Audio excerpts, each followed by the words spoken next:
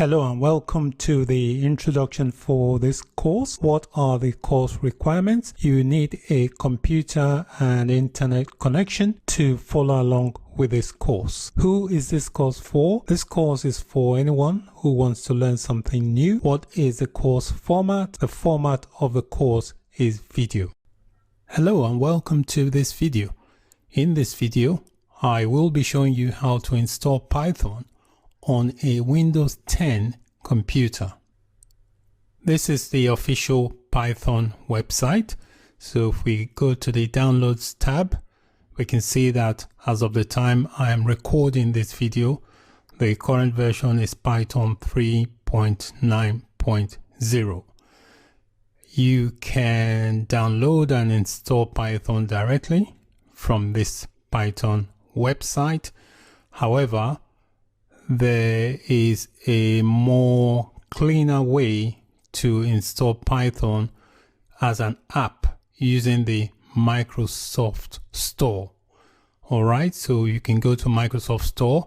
That is how I'm going to install it in this video. This is a cleaner way to install Python. It handles auto updates and can be uninstalled easily. It does not update the path variable in a way that breaks other applications.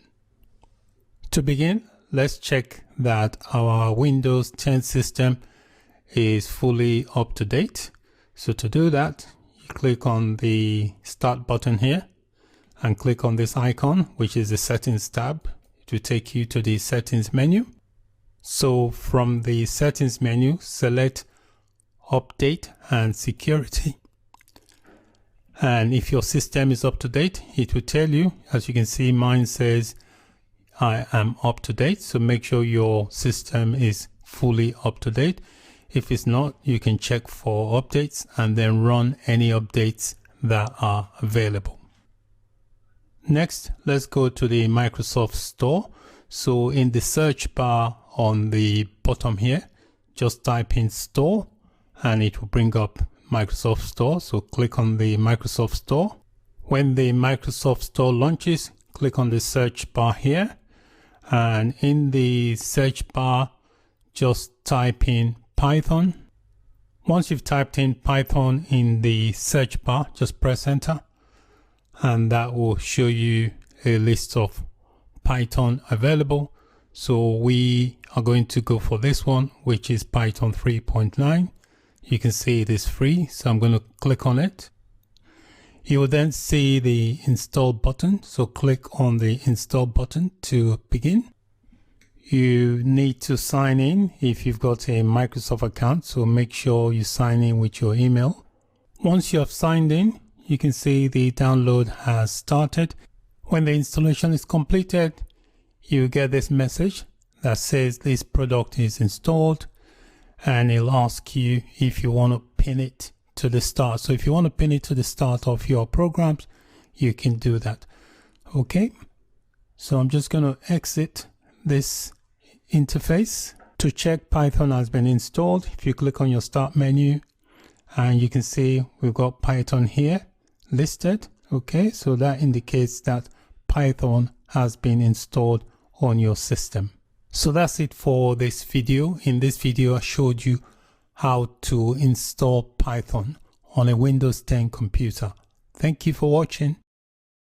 Hello and welcome to this video.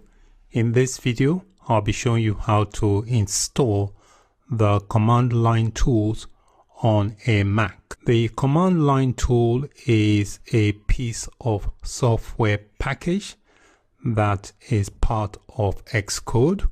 Xcode basically is an integrated development environment, which is known as an IDE. It contains a set of tools that you can use to develop different types of software for Apple related products like Apple phone, Apple MacBook, Apple Macs, for Apple TV, Apple Watch, and so on. So any Apple product you can develop using Xcode. So Xcode is the development tool that you use, and command line tool is part of Xcode. So to begin the installation, we have to open up the terminal. So on the bottom here where we've got the launchpad, click on the launchpad, and inside the launchpad on the search bar, just type in T and then launch the terminal. This is the terminal, just double click and that will launch the terminal. So this is what the terminal looks like. So just after the $, we are going to type in the command that will be used to install Xcode. So the command you type is Xcode dash, then you type in the word select, you do a space, dash dash, you type in the word install and press enter. It will prompt you with a message to install, so click install and it will give you this license agreement. So just click to accept and then just give it a few minutes to go through the installation. By installing Xcode via the command line or via the terminal enables you to have access to the tools that Xcode has from your terminal. After the software has been installed, you get a message saying the software was installed. Just click done. To check that you have installed the command line tools correctly, you type in this command in your terminal. After the $, type in which space command line tools and press enter, and it will return the directory or the location on your Mac where it has installed it. So if you get this, it means that you have installed it correctly. If you don't get this, you may get a message that says not found. In this video, I showed you how to install the command line tool package on a Mac. Thanks for watching. Bye for now. Hello and welcome to this video. In this video, I'll be showing you how to install Python 3 on a Mac OS. Historically, Mac OS comes pre-installed with Python version 2. However, starting with the Mac version 10.15, which was released in October 2019, this is no longer the case. So Python 2 is no longer supported officially as from January the 1st, 2020. So if you still got Python 2, it's time to install Python version 3.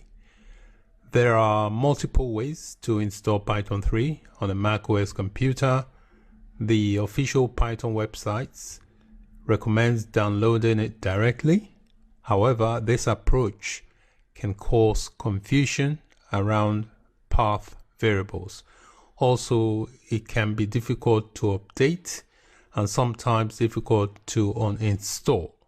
In my opinion, a better approach is to use the popular package manager called Homebrew to install Python version 3. Homebrew can automate updates and it can also juggle multiple versions of Python on a computer. So we're going to use Homebrew to install Python. So the first thing we need to do is open up the terminal. So here on the dock, I've got my terminal. So I'm just going to double click.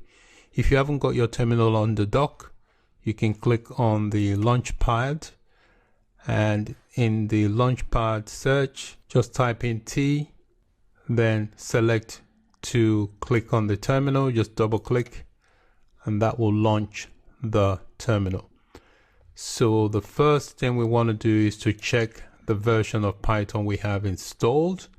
And to do that, you type in the word Python, you do a space, 2 dashes, dash dash, and type in the word version. Once you've typed in version, hit enter on your keyboard, and that will return the version of Python you have. So as you can see, I have got Python version 2.7.10. So I'm going to install Python version 3 using Homebrew. So to install Python version 3 using Homebrew, we type in the command brew space install space Python 3. I've typed in the command here, brew space install space Python 3, and just hit enter, and that will install Python version 3 on your Mac. So I'll give it a few minutes to run through the installation. So Python 3 has been installed successfully. Anytime you want to refer to Python 3, you have to type in Python 3 because you have Python 2 and Python 3 on your machine. So to check that you have Python 3 installed, you type in Python 3 space dash dash version. So Python 3, you do a space and then 2 dashes, dash dash, and type in the word version and press enter, and that will return the current version of 3. So it tells you have Python 3.9.0. So that's the recent version of Python. So when you refer to Python 3, you always have to type in Python 3. If you type in just Python, it will refer to Python 2. Also, anytime you want to install any Python 3 package, you have to use the command pip3, because if you use pip will refer to Python version 2. Pip is a package manager that enables you to install Python packages. And when you install Python, you also have pip bundled with Python. So in order to distinguish the version of pip you are using to install Python packages, you have to specify that you're using pip3, which will refer to Python 3 packages. If you just use pip, it will refer to Python version 2. To exit your terminal, just click on the terminal and select quit terminal. So that is it for this video. In this video, I showed you how to install Python 3 on a Mac using Homebrew. Thank you for watching. Bye for now. Hello and welcome to this video. In this video, I'll be showing you how to install the latest version of Python on Ubuntu machine. So this is the official Python website. So if you click on the downloads tab here, you can see the latest version is 3.9.0. So to install it, I'm going to go to my terminal. So I'll minimize the screen here. And inside here, click on this whiskers menu. I'll select terminal. You can also access the terminal by doing Ctrl, Alt and T. That will also launch this terminal. Ubuntu comes pre-installed with Python version 2 and also Python version 3. To check the version of Python you have already installed, you type in Python after the $, type in Python space dash dash version, and then you hit enter. That will return the version. Also, if you want to find, that's the default version 2.7. Ubuntu also installs a version of Python 3. So to find out which version it has installed, you do the same command here. You type in Python 3 space dash dash version. So I've typed in Python 3 space dash dash version. So I press enter, and that returns Python 3.6.9. So these are the default versions of Python that Ubuntu already installs for you. So now I want to install the latest version of Python. So the first thing I want to do is to update and refresh the repository list. To do that, I type in sudo space apt space update.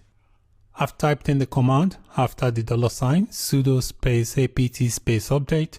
I'm going to hit enter and it will ask for my password. So I just need to enter my password.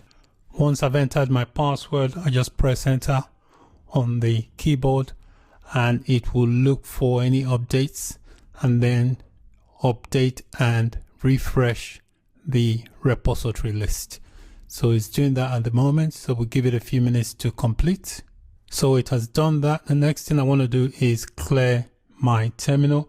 So it's a good idea to clear the terminal so that you have a clean terminal to work with. So just type in clear after the $, and then hit enter. So I've typed in clear. I'm going to press enter and that clears the terminal. The next thing I want to do is install supporting software. The software properties common package is a package that has to be installed. It gives you better control over your package manager by letting you add a PPA. PPA stands for Personal Package Archive. So it lets you add that repository in the repositories, and this makes it easier to manage packages. So I've typed in the command here, sudo space apt space install space software dash properties dash common, press enter, and that will install the supporting software. So it has done that. The next thing I'm going to do is add the dead snakes PPA. The PPA stands for Personal Package Archive. So the dead snakes is a PPA that has newer releases than the default Ubuntu repository. So by adding the dead snake PPA, it gives you access to newer releases. So I'm going to add the command after the $, to add the dead snakes PPA. So I've added the command here. So I'm going to press enter and it's going to ask you here on the bottom, press enter to continue or Control and C to cancel. So I'm going to press enter to continue. So the dead snakes PPA has been added. So I'm going to clear the terminal and then update the repository list. So I've cleared the terminal. I've typed in this command to update and refresh the repository list. So I'm going to press enter and that will refresh and update the repository list. So we'll give it a few minutes to complete. It's done that. I'm going to clear the screen again. It's now time to install the latest version of Python by typing in this command, sudo space apt space install space Python 3.9, and then you press enter on the keyboard, and hopefully you should get, if you get this prompt, just say yes to that and press enter, and that will continue. So we'll wait for that to finish. The installation is complete, so I'm going to clear the screen again, and then we're going to check for the version we have just installed. To check that you definitely have the latest version installed, you type in Python 3.9 space -- version and press enter. It will return 3.9.0, which is the most recent version of Python as of the time I am recording this video. In this video, I showed you how to install the latest version of Python on Ubuntu machine. Thank you for watching. Bye for now. Hello and welcome to this video. In this video, I'll be showing you how to install Atom on a Windows 10 computer. This is the official website for Atom. So to begin, there is a download button here. Just click on it and that will begin the download. So that's the download here on the bottom left hand corner of my screen. I'm going to wait for the download to complete. The download is now completed. That's the file here. I'm going to double click to begin the installation. The installation can take a while. So what happens, it just installs it in the background. So once it's finished installing, it will launch the application. So I'm going to give it a few minutes to complete, and then it automatically launches the text editor when the installation is complete. The installation has completed and the application has automatically launched. So this is what the interface looks like. So I'm just going to X out. This is the main interface for Atom. This is what it looks like. To exit, just click on the X here, and that will exit out of the text editor.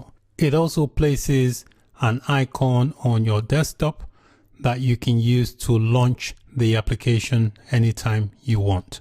So that's it for this video. In this video, I showed you how to install Atom on a Windows 10 computer. Thank you for watching. Bye for now. Hello and welcome to this video. In this video, I'll be showing you how to create a virtual environment. What is a virtual environment? A virtual environment is an isolated Python environment. Virtual environments allow you to install Python packages in an isolated, self-contained environment. There are different packages that can be used to create a virtual environment. Examples include the virtual env, the virtual env wrapper, and pip env. In order to use these packages to create a virtual environment, you have to install them to be able to use them. Python, however, has a built-in module that you can use to create a virtual environment. This is called venv. You do not need to install this because it already comes pre-packaged when you install Python. In this video, I'll be showing you how to create a virtual environment using the venv module. Before you create a virtual environment using the venv module, it's best to create a project directory and then change directory into that project directory once it has been created. And then you go to the command line interface, which is the command prompt on a Windows computer or the terminal on a Mac or Linux-based computer. Once you are in the command line interface, if you're on a Mac or Unix-based computer, you type in this command, Python 3-m. venv is the Python module that you use to create the virtual environment. You do a space and then you give the virtual environment a name. Some developers or programmers like to name their virtual environment after the name of the module that has been used to create it, as illustrated in this example. You can do the same if you wish. It doesn't really matter what you call your virtual environment. If you're on a Windows-based computer, the command you type is the same, but you don't need to type in Python 3. This is my Windows-based computer. I'm going to create a virtual environment on my desktop. So the first thing I need to do is change directory to my desktop. So I type in cd space desktop, and then I'll press enter on the keyboard. And you can see it has changed directory to the desktop. So now I'm going to create a new directory. So I've typed in the command mkdir, which creates a new directory. I did a space and then gave the directory a name. I've called it BLS project. So I'll press enter and that will create a new directory on my desktop. So that's the new directory that has just been created. So I need to change directory into that new directory to create the virtual environment. So I'm going to cd into that. So here I've typed in command cd, which means change directory to this directory. I'll press enter and that has changed directory. You can see it's now pointing BLS project. So inside this directory, I'm going to create the virtual environment. So I've typed in the command Python space -m space venv, which is the module that creates the virtual environment, space my env, which is the name I've called the virtual environment. I'll press enter on my keyboard. I will wait for a few minutes and that should be created. So if I open the directory here on my desktop, we should see the virtual environment folder, which is called my env. Hello and welcome to this video.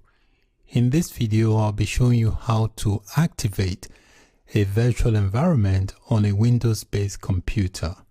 So I've got my virtual environment located in this directory on my desktop called BLS project, and I have changed directory by typing in cd space my env.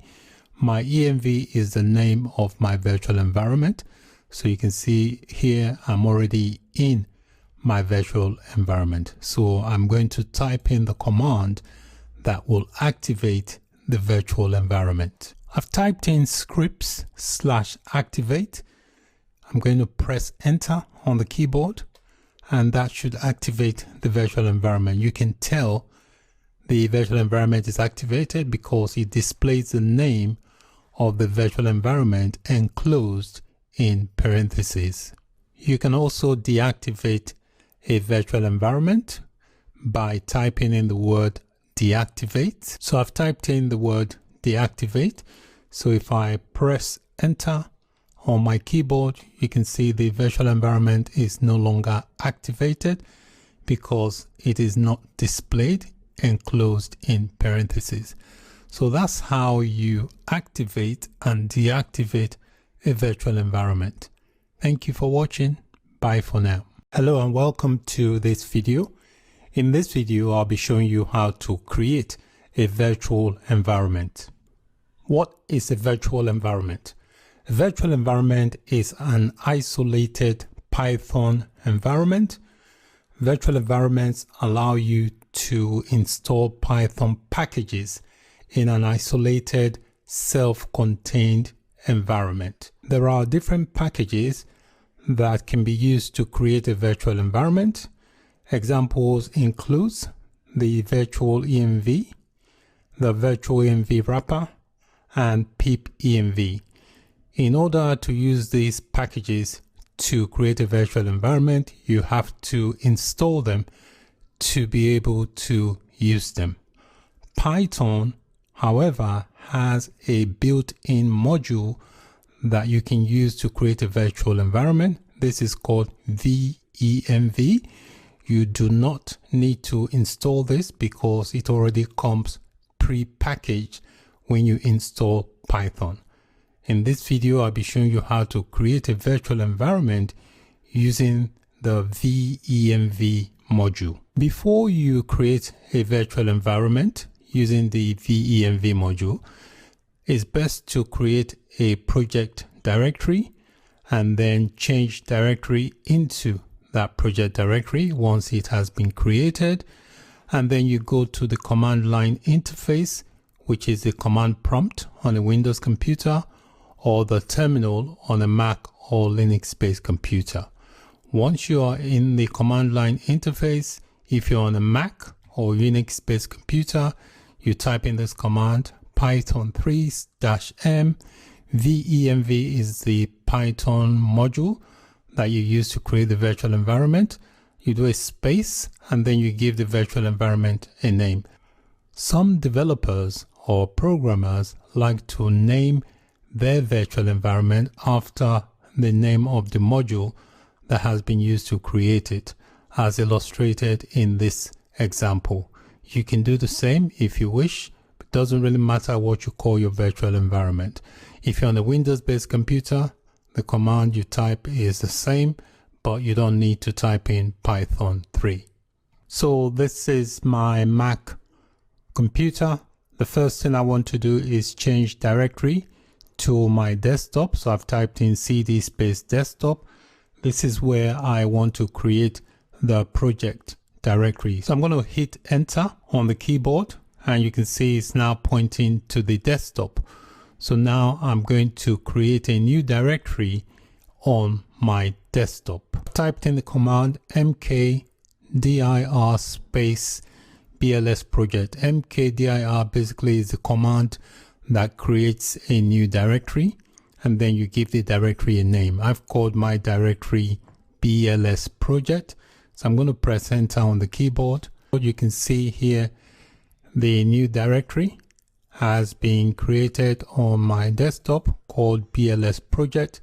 So I'm going to change directory into the BLS project and then create my virtual environment. So I've typed in cd space BLS project and I press enter, and that will change directory. You can see here now it's now pointing to the BLS project. So inside this directory called BLS project on my desktop, this is where I'm going to create a new virtual environment. So I've typed in the command Python 3 space -m space venv, which is the module that is used to create the virtual environment, space my env. So I've called my virtual environment my env. You can call yours whatever name you like. So I'm going to press enter on the keyboard, and that will create a new virtual environment inside this directory called BLS project on my desktop. So we'll give it a few minutes to do that. So the virtual environment has been created. So if I open this project directory on my desktop, you should see I've got a folder called my env. This is my virtual environment. Hello and welcome to this video.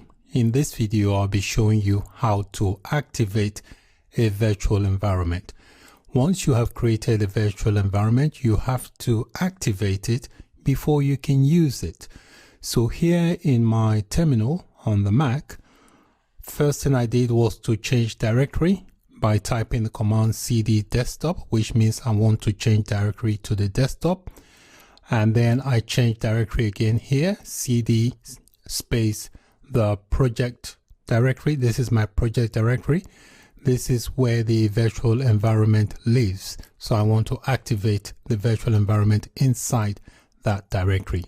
So here I'm in the project directory. So I'm going to type in the command that will activate the virtual environment. So I've typed in the command here, source space my env, which is the name of the virtual environment, /bin/activate, and I'll press enter on the keyboard. And you can see here the name of the virtual environment enclosed in parentheses. If you see this, that means your virtual environment is active. Okay, so if you don't see this, that means your virtual environment has not been activated. So you can always deactivate a virtual environment anytime just by typing in the word deactivate. So if you type in the word deactivate and press enter, you can see that the virtual environment has been deactivated because it's no longer being displayed with parentheses enclosed in the name. All right, so that's how you activate and deactivate a virtual environment. Thank you for watching. Bye for now. Hello and welcome to this video. In this video, I'll be showing you how to create a virtual environment. What is a virtual environment? A virtual environment is an isolated Python environment. Virtual environments allow you to install Python packages in an isolated, self-contained environment. There are different packages that can be used to create a virtual environment. Examples include the virtual env, the virtual env wrapper, and pip env. In order to use these packages to create a virtual environment, you have to install them to be able to use them. Python, however, has a built-in module that you can use to create a virtual environment. This is called venv. You do not need to install this because it already comes pre-packaged when you install Python. In this video, I'll be showing you how to create a virtual environment using the venv module. Before you create a virtual environment using the venv module, it's best to create a project directory and then change directory into that project directory once it has been created. And then you go to the command line interface, which is the command prompt on a Windows computer or the terminal on a Mac or Linux-based computer. Once you are in the command line interface, if you're on a Mac or Unix-based computer, you type in this command, Python 3-m. venv is the Python module that you use to create the virtual environment. You do a space and then you give the virtual environment a name. Some developers or programmers like to name their virtual environment after the name of the module that has been used to create it, as illustrated in this example. You can do the same if you wish. It doesn't really matter what you call your virtual environment. If you're on a Windows-based computer, the command you type is the same, but you don't need to type in Python 3. This is my Linux-based computer. To create a virtual environment, I first of all want to create a directory for the project. So inside the terminal, I'm going to create the directory on my desktop. So to do that, I type in cd space and then type in the word desktop. So I've typed in cd space desktop. So I'm going to press enter on the keyboard and you can see it has changed directory to the desktop. So now I can create a new directory on my desktop. So I've typed in the command mkdir, which is a command you use to create a directory. I did a space and then gave the directory a name. I've called it BLS project. So if I press enter on my keyboard, it should have created that directory. As you can see, that's the new directory here that was just created. So I need to change into this directory that has just been created. To change directory, I typed in cd space, the name of the directory I want to change to. I press enter on the keyboard. You can see now it's got the BLS projects highlighted.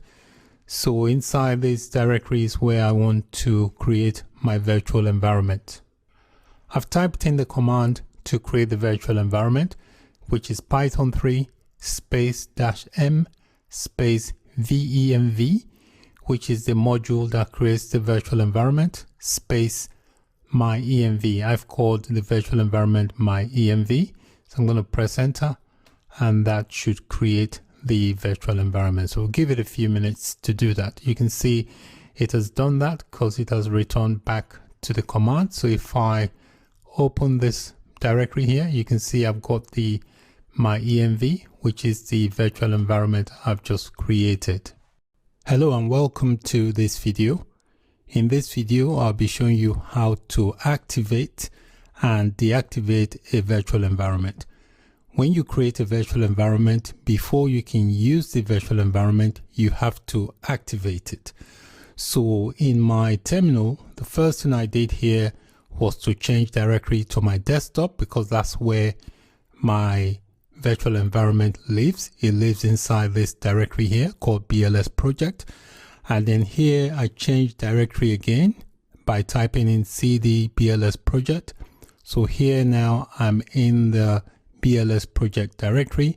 So I'm going to issue the command that will activate the virtual environment inside this BLS project directory that is located on my desktop. So I've typed in the command to activate the virtual environment. This is the command source space, the name of my virtual environment, /bin/activate, and then I'll press enter on my keyboard. And you can see that the virtual environment has been activated because the name is displayed enclosed in parentheses. So anytime you see the name enclosed in parentheses, it means that the virtual environment has been activated. You can also deactivate a virtual environment just by typing the word deactivate. So I've typed in the word deactivate here, and if I press enter, the virtual environment will be deactivated. You can see here it's been deactivated because it no longer displays the name of the virtual environment enclosed in parentheses. So that's how you activate and deactivate a virtual environment on a Linux-based computer. Thanks for watching. Bye for now. Hello and welcome to this video. I'll be giving you a quick introduction to the portfolio project we are going to be creating. Although I have created the project based on a portfolio of courses that I create, but you can replicate it to any format you want. For example, yours could be a portfolio of jobs, could be a portfolio of projects, or anything. So it is replicatable. So you have a title at the end here, and then we have two links. This link basically is an email link, and this is a link to the courses I have on Udemy, but yours can go anywhere. It could represent a Twitter link, Facebook link, or anything. So you can always modify it and customize it to your taste. And then you can just place a logo or a picture of yourself if you want. And then these are the various portfolios. These are the courses. So my portfolio are a portfolio of courses. Yours could be a portfolio of jobs, portfolio of projects, or anything. Okay, and then you should be able to click on the image and it will open up into another page to give you more details about the image and whatever it does, and then click back again, and that takes you back to the main page where the portfolio are displayed. So that's basically what we will be creating for this portfolio project. Thank you for watching. Bye for now. Hello and welcome to this video. In this video, I'll be showing you how to install Django inside your virtual environment. To begin, make sure you change directory to your virtual environment. Once you've changed directory, you need to type in the command pip space install space Django. If you're on a Mac, you need to type in pip3 space install space Django. Also, make sure your virtual environment is activated. So you can see my virtual environment is activated.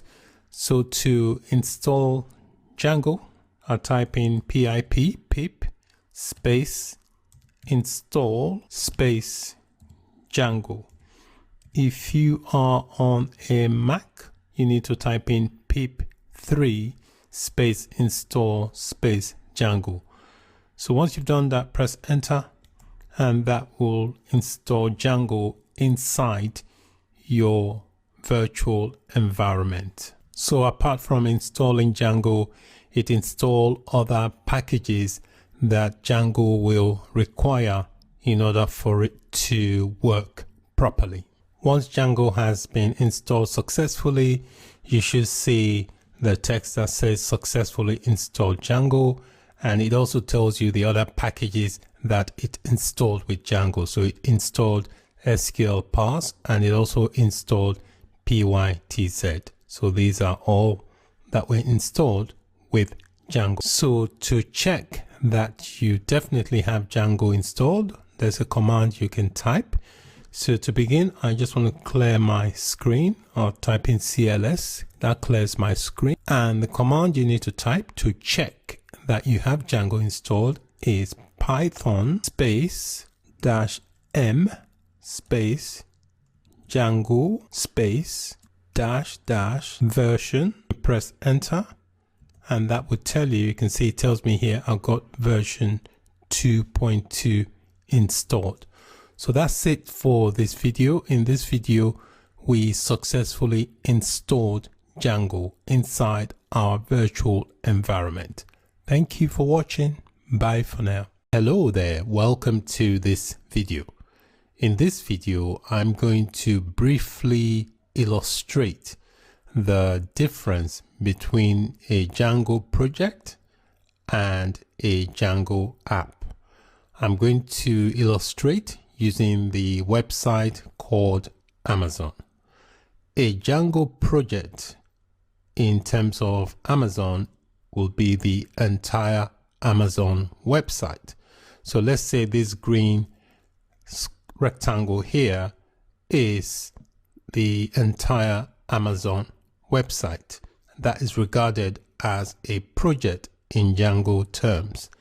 Now, the individual components inside the Amazon website will be regarded as an app in Django terms.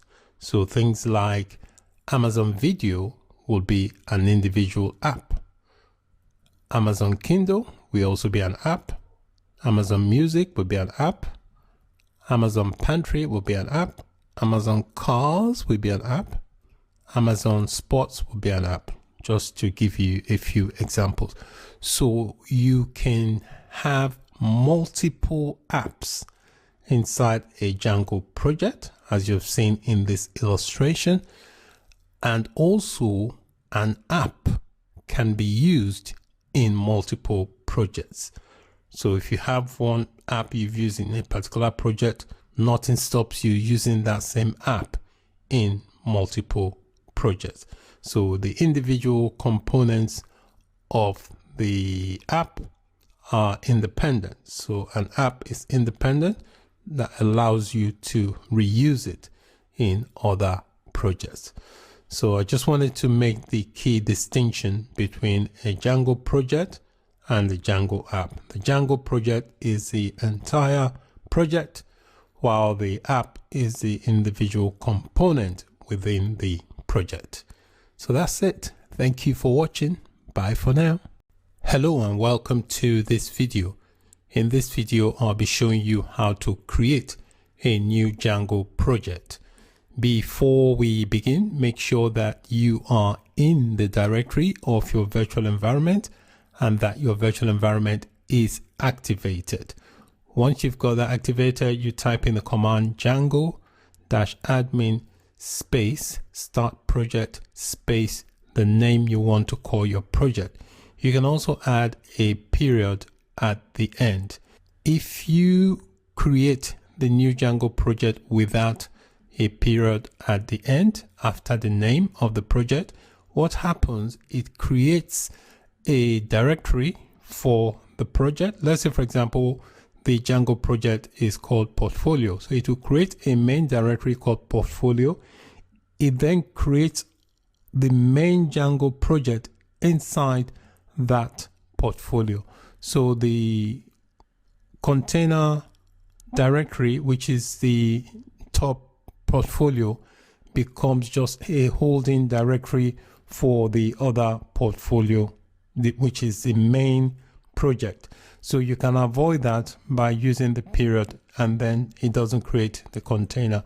If you forget to use the period, you can always rename the outer project folder, which is the container folder.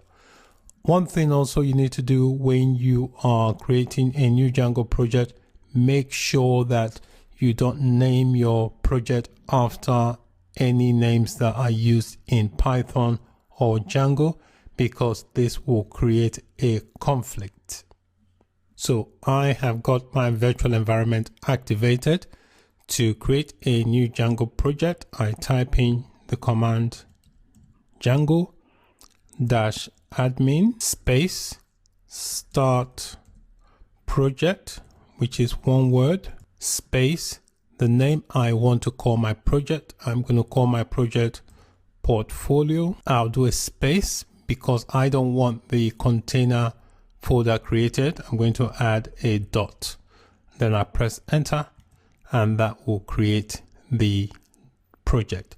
So if I look inside my virtual environment, I should see a new Django project called portfolio. So I'm just going to click on that, and this is my virtual environment. If I open it, you can see here I've got the folder called portfolio. If I click on it, you would not see any container directory. That's because I used the period. If you forgot to add the period at the end of your project name, it will create a container or a holding folder that will hold this portfolio project or whatever name you have called your Django project. So that's it for this video. In this video, I walked you through how to create a new Django project. Thank you for watching. Bye for now. Hello and welcome to this video. In this video, we are going to explore the components of a new Django project. It is better to open up the Django project inside your text editor. So I've got my Django project inside my virtual environment. This is my virtual environment, and this portfolio here is my Django project. So what I'm going to do, I'm going to open up my virtual environment directory inside my text editor. And the text editor I'm going to use is called Atom. So I have opened up my virtual environment inside my text editor called Atom. And this is my virtual environment. If you're using Atom, it's fairly easy. Just click on File and then click on Open Folder and just browse to where the folder you want to open is. So I've already opened up my folder. This is my virtual environment. I'm just going to expand that to take a look at my project. So this is the Django project. When you create a new Django project, it creates the main project directory. It also adds this file here, which is called manage.py. This manage.py is the file that you're going to use to run any commands relating to your project. So let's open up the actual project. In my case, my project is called Portfolio. I'm going to click to expand, and these are all the files inside my project. I'll start with this one that says underscore init __.py. What that does, it basically tells Python that this directory should be treated or considered a Python package. The next file here is called the settings.py. So if I click on it, you can see here it contains all the settings for the project. So any settings you want to adjust, any configuration you want to set for the entire project is done inside this file called settings.py. Next, we've got this file called urls.py. This file basically is where you declare your URL. URL stands for Uniform Resource Locator. And basically what it does, it contains a table of contents of all your URLs for your project. An example of a URL is, say, www.google.com. That is a URL. So that's what this url.py does. And then we have this file here called wsgi. What this does, basically, it is an entry point for a server. Django comes with a pre-built server that enables you to test your application. So it's a development server. So you're not meant to use it in a production environment, just in a development environment. That's what this wsgi.py does. So that is it for this video. Thank you for watching. Bye for now. Hello and welcome to this video. Now that we have created our Django project, we can test it by running our Django development server. So to start the Django development server, you need to type in this command: Python space manage.py space run server. And what that does, it will start the server on a default port. So when the server starts, it runs on port 8000. So the URL will be 127.0.0.1:8000. This is also represented as local host.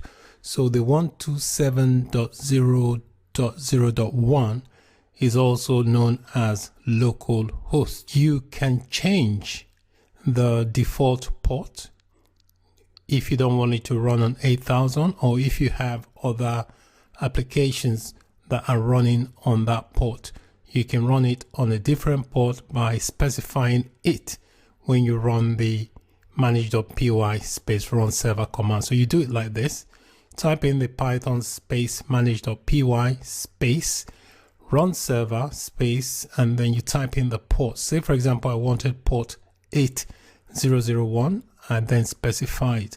By doing it that way, it will override the default port of 8000.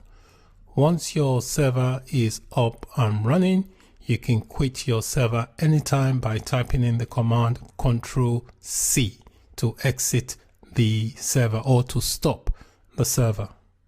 So let's start the server. Make sure that your virtual environment is activated, and then type in the command Python. You can do it in lowercase, Python space manage.py space run server, and press enter, and that should start the development server. So give it a few minutes and you can see it started. See here, it tells you it's starting the development server at this address, and the port is 8000.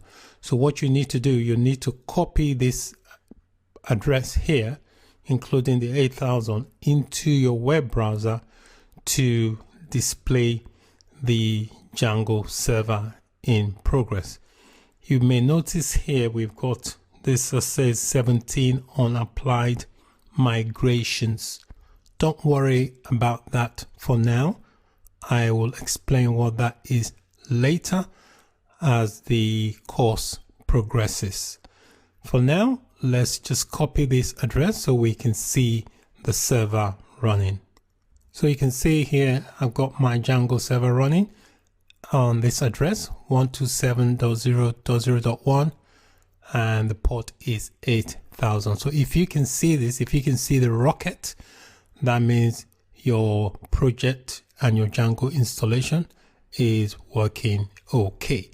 If you don't see the rocket, if there's any issues, just let me know. I'll be more than happy to help. To quit the server at any time, just do Ctrl+C, and that will quit the server and return back to your command prompt. You can see here I've quit the server and it's returned me back to my command prompt. So that's it for this video. Thank you for watching. Bye for now. Hello and welcome to this video. In this video, I'll be walking you through how to create a new Django app. So before you begin, make sure that you are in the directory that contains the manage.py file, because you need that to run the command. So the command you need to create a new Django project is Python space manage.py space start app space, and then the name of the app.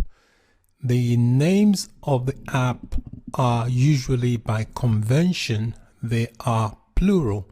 For example, courses or jobs or projects. Also, when you are giving names to your Django project, avoid using names that are the same as keywords in Python or Django, because that can create a conflict. Make sure your virtual environment is activated. So to begin, you type in the command Python space manage.py space. You type in the command start app. That has to be one word, space, followed by the name you want to call your app, which should be plural. So you can name your app anything. My app, I'm going to call it courses because it's going to relate to the courses I offer. If your app is going to be about the jobs that you've done, you want to present a portfolio to future employees, then you type in jobs as your app. If you want to list projects you've done in the past, you can type in projects as your portfolio. So I'm just going to press enter, and that will create a new Django app called courses. Now, if I open up my text editor and look inside my virtual environment folder, I should see a new folder called courses. You can see here, this is my app called courses. If I click to expand, you can see the components that are inside my new app. So let me quickly run through the components of the app directory. I'll start from the bottom here. This file here is called views.py. This is the file that you would write your views in.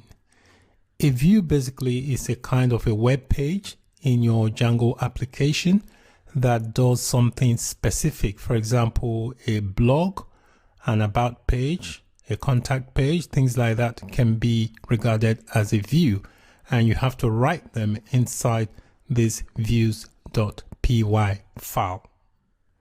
The next file here is the test.py. This basically is where you will write any test that you want to run for your app. The next file here is this file here called models.py. This basically contains essential fields and behavior for the data you want to store in your database. So this is where you will write the classes that will create the tables for your database. The next file is this file here called apps.py. This file basically contains the application configuration and registration. The next file here is this admin.py. By default, Django also provides you with an administrative site that you can use to administer your application. So any configuration you want to add to your administration site, you add it inside this file called admin.py. The next file is this file here called __init__.py. Now this is an empty file. All it does, it tells Django and Python to recognize this folder as a Python package, and that allows you to use its object within other parts of the project. And the final file I want to mention is this here. This is actually a directory inside the app directory. Now this directory here is called migrations. It basically is used to store all the migrations for your app. So any modifications you make in your models.py, it's registered inside this migrations folder. So the actual migration files allows you to automatically update any changes to your database as you modify the models. So that is it for this video. In this video, we created a new Django app. Thank you for watching. Bye for now. Hello there. In this video, I'll be showing you how to register your new Django app with your Django project. The Django project at the moment does not know about your Django app. So in order for it to be aware of your Django app and interact with it, we have to register the Django app with the Django project. To register your Django app with your Django project, we need to do that inside a file called settings.py, and that file is located inside your Django project. So my Django project is called portfolio. So if I expand that, there is a file called settings.py. This is where we need to register our Django app. So if I scroll down, you should see a section for installed apps. By default, Django also installs some apps for you, and a lot of these apps does different things, but Django just does it for you to make your life much easier. Any of them that you don't need to use, you can always comment out, but some of them can be quite useful. Actually, let me just run through some of these apps that Django has pre-installed for you so that you can just have an idea of what they do. Now, this one here on line 34, called django.contrib.admin. Basically, this is an admin site that Django enables you to use to manage your entire project. And then here on line 35, we've got the django.contrib.auth. This is an authentication system. Django makes it really easy for you to implement authentication, logins, logout, create usernames and stuff. It makes it easy for you to do that. It would take you a lot of time if you had to do that from scratch. So Django does that for you. And here on line 36, we've got django.contrib.content type. Basically, it's a framework for content types. Line 37, we've got django.contrib.sessions.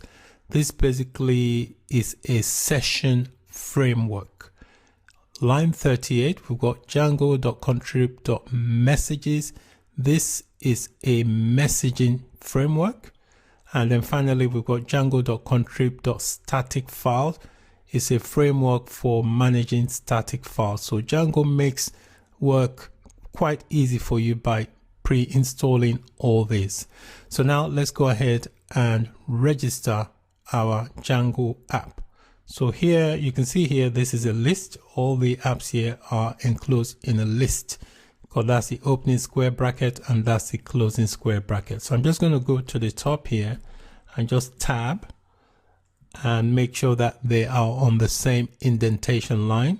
So in quotes, I'll type in the name of my app, which is called courses. So courses, whatever your app name is, you need to indicate that. So you do a .app.courses. This courses here is the name of the class that was created. So you do courses and then config, and make sure you add the comma at the end. Very important. So I'll show you where this app comes from. So if you look inside your Django app, my Django app is called courses, and inside here there's a file called apps.py. You can see here there is a class called courses config, and this on line 1 here we're importing from django.apps. We're importing this module here. So that's what I am referring to here on line 34, where I'm registering my Django app. Make sure that when you're registering your app, make sure the casing is correct. You can see here the name of my app. This class here is uppercase C, and this C in config is uppercase. So always look inside your apps.py and just confirm the configuration. You can see here the courses here, the C is uppercase and the C in config is uppercase. So if I go back into my settings, you can see I have the right casing. So it's important that you specify the names correctly. So that is it for this video. In this video, I walked you through how to register your Django app with your Django project. Thank you for watching. Bye for now. Hello and welcome to this video. I'll be showing you how to set up your time zone settings in your Django project. If you're not sure what your time zone should be, you can go to the link displayed on the screen. To set your time zone, you need to go to your settings.py file, which is inside your Django project. So once you're inside the settings.py file, if you scroll down on line number 115, there is a time_zone setting. The default setting is UTC. I am in London in Europe, so I'm going to change that to reflect where I am. So to do that, I just come here, type in Europe and do a slash to say where I am in Europe. I'm in London, and that's it. That's how to set up your time zone.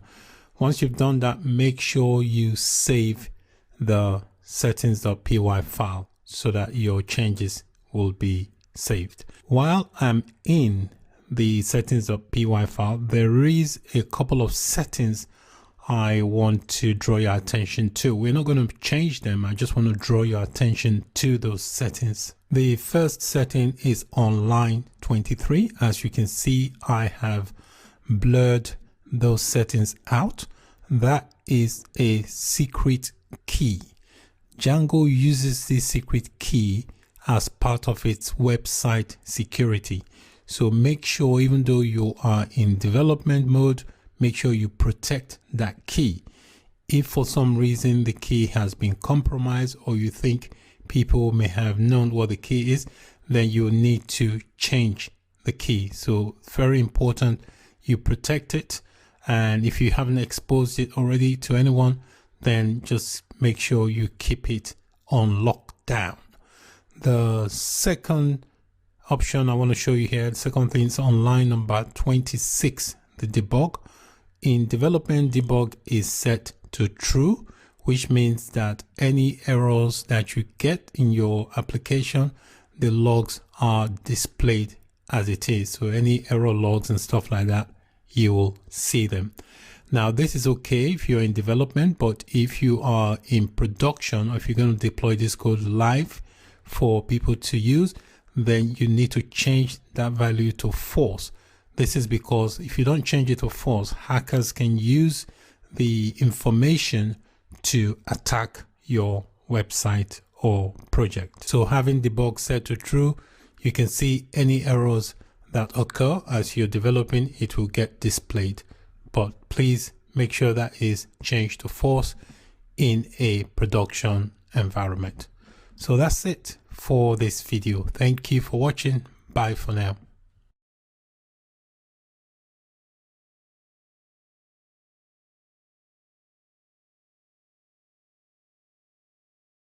Hello and welcome to this video. In this video, we are going to be running the migrations for the default applications that Django pre-installed for us. Before we run the migrations, I just want to quickly describe what modules are in Django. So in Django, a module basically represents a single source of information about your data. So it contains things like fields and behaviors of the data you are hoping to store. Also, each module is basically a Python class that subclasses to the django.db.models.model, and each attribute of the module represents a database field. Models are usually defined in the models.py file that Django provides for you when you create a Django app. Django uses an object relational mapper, which is also known as ORM, to map the model definitions inside your models.py file. So it maps the definitions of that model to the data structure that is used by the underlying database. Whatever database you're using, the data structure for that database is mapped using the object relational mapper. So any models you define is defined inside your models.py file, which is located in your Django project. So if I expand my Django project, you can see I've got a models.py file. So this is where you define your models, which are basically Python classes that you can use to set up database structure. So once whatever class models you define in here, Django uses the object relational mapper, which is also known as ORM for short. It uses that to map whatever model definitions you have here to the data structure for the underlying database that you are using to store your data. Any changes that you make to your model definition, so after you've defined your model, any changes you make is tracked by this folder here. This folder is called migrations. The folder is empty at the moment, but any changes you make to the model gets tracked inside this folder called migrations. Any changes that you make to your model definitions after you've defined them in the models.py gets tracked, and the changes are tracked and stored inside this folder called migrations. So at the moment there's nothing in there, but that's where the changes will be stored.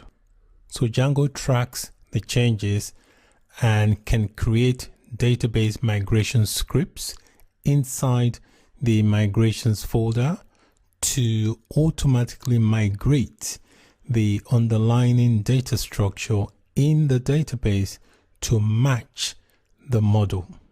So before we run the migration on the installed apps, let me just show you what the installed apps are. If we go into our Django project, my project is called Portfolio, and inside the settings.py file, there is a section for installed apps. So all these apps Django has pre-installed for you, basically just as a convenience in case you need them. And now some of these applications will need to make use of at least one database table. For example, this here on line 36 called auth. This basically is authentication. So you may any data you may need a database table to store the usernames and any changes you may make. So some of them will require at least one database table, if not more. There are two important commands that can be used with migration. The first command is the migrate command. So when you run the migrate command, this will apply the migrations to your database. So this is a command that will actually create the database table. So this command, what it does is now going to look at the installed _apps settings in your settings.py file and create any necessary database tables according to the database settings in the settings.py file. Another useful command is the make migrations command. This make migration command creates the migration but does not apply the migration. In previous videos, when I ran the development server, I highlighted that you should see this message that says you have 17 unapplied migrations. Now, this unapplied migrations is talking about is the migrations for the installed apps that Django has installed for us, which are these apps. So that's what it's saying. The migration script has been created, but we need to run the migrate command that will create the database tables. Once we run that command, this message should no longer show because we would have applied the migrations. There's something I need to point out to you. I noticed that on line 34 of the installed app, where I added my Django app, I forgot to add the S. So make sure you amend that. Make sure the apps is an S. So, okay, if not, your Django server will not start. Make sure you've got an S in the apps. All right, I'm just going to stop my development server so that we can create these tables using the migrate command. All right, so to migrate the existing installed apps, you just type in Python space manage.py space and the word migrate and press enter, and that will apply the migrations. You can see here is applying all the migrations, so that means the tables would have been created. So let me clear that and start the server again. If I start the server again, you should not see the message about migration. So manage.py space run server, press enter, and you should see, you can see here we've got a much shorter screen. There's no message here to say on applied migrations because we've applied the migrations for the pre-installed apps. Hello and welcome to this video. In this video, I'll be showing you how to create a very basic view. A view is basically like a web page inside your Django application.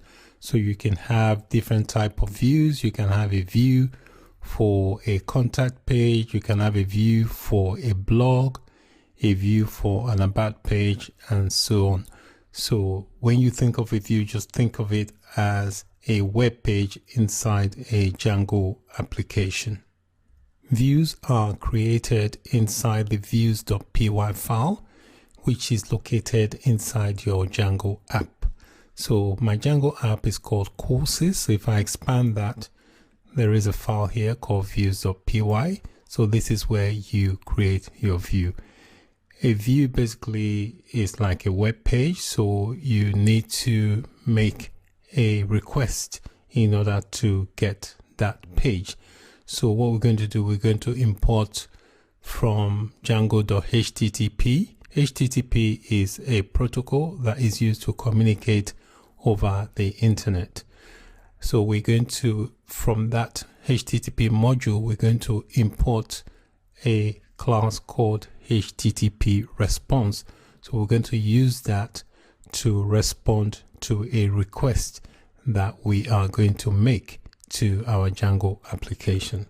So I'm just going to come here and just tab down, and I'm going to do an import statement. So I'm going to say from django.http space import space http response. So this is what will return the response from the request. Next thing I want to do is define a view. A view is basically a function. So to define the view, type in def space.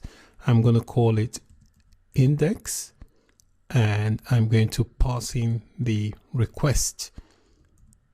Okay, requests can be maybe when you make a request to a website, www. something like that. But we're just going to do this internal for our Django application. So we add the colon, press enter, and then we'll have to define a response. So once a request is made, we want to be able to return something back for that response. So we're going to use a return. And inside the return, we're just going to use the HTTP response. And this, inside this method, we're just going to pass in a simple text that will be displayed when the request is made. So I'm just going to say hello world, That's it. That's going to be the text that I want displayed when a request is made to this view.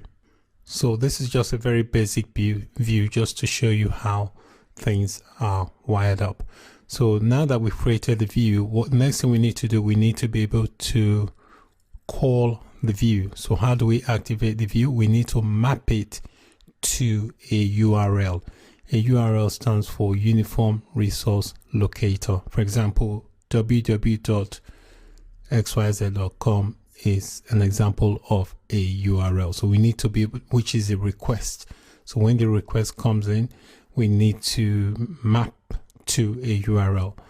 So the project, Django project, has a URL which is known as the root URL. So if I look inside my Django project, which is called portfolio, you can see I've got the URL. So this is where the URL for the project is defined. You can see here we've got some here already defined, and it's usually defined inside this URL pattern, which is a variable that is a list, and it stores a list of path function. So what I'm going to do is create the same type of file but inside my apps directory, and then reference it from this root urls.py. So let me create one inside my directory first. So inside my apps directory, I'm just going to right click and click on new file, and I'm going to call it urls.py and press enter, and that will create a new file. So I'm going to add some import statements. So I'm going to say from Django.urls, I want to import the path function, and then from dot, I'm going to import the views. So what this dot is basically saying is that I'm going to import the views from, you can see here, if I expand this, I've got this file I've just created and I've got the views here. So this dot basically saying import this file called views from the same level. That's what the dot means. So now that I have done my import, next thing I want to do is create a variable called URL patterns. Okay, and this is usually set to equals to a Python list, and you represent a list with square brackets. So I'm going to tap to separate the list, and inside the list you have to provide a list of the path function. The path function is where you specify the views that you're going to use to render when a request is made. So you type in path, which is path, that's a path function, and then it does take in some parameters. So I'm going to, the first one is going to be the root that is requested for. For example, if you go to www.com/whatever, those are known as the route. So I'm going to do a comma, and the second argument is going to be the name of the function that will respond to that request. So it's going to be views.index, because I created a view called index. And you can also have another parameter here called name, and set that to equals to index. The path function on line number 7 takes in 4 arguments, can take in 4 arguments. 2 of the arguments are required. The first one is the route, which is the first argument to supply, and the second argument is the views. So those 2 are required arguments. They also have optional arguments, and you can have keyword arguments, and you can also have a name. you can see here I've got the name. Note that the first argument here, which is the route, is a string. It has to be a string that contains the URL pattern. Okay, so when Django is processing the request, Django will start at the first pattern in the URL pattern variable and make its way down the list. So you can have several path functions. So Django starts at the very top and then makes its way down the list, comparing the requested URL against each of the pattern until it finds one that matches. When Django finds a matching pattern, what it does, it calls the views. Okay, so the specified view function, once it calls the view, it will execute the function for that view. It calls the view function with an HTTP request object as the first argument and any captured values from the route as keyword arguments. The name argument I have specified here, this name argument, basically it allows you to refer to the URL unambiguously from elsewhere in your Django project, especially from within templates. If you're using templates, it allows you to make global changes to the URL pattern of your project while only just interacting with a single file. So the next thing we want to do here is we want to point this file here to the root URLs. So we've got another URLs file, which is the root one located inside our Django project. So we want to point the one we've just created to this one here. This is the root URLs, and you can see here it's already got its own URL pattern. So what we have to do in the root URL, we have to amend the import statement on line number 7 to include the include function.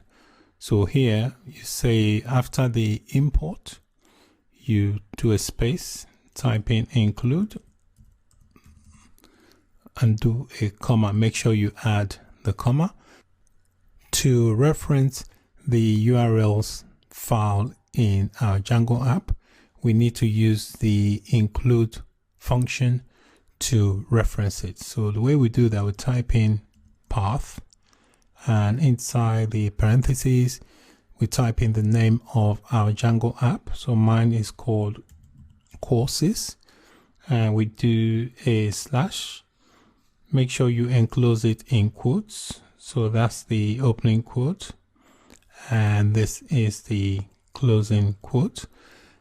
Okay, and that will be the first argument. You do a comma, and then you add the include function.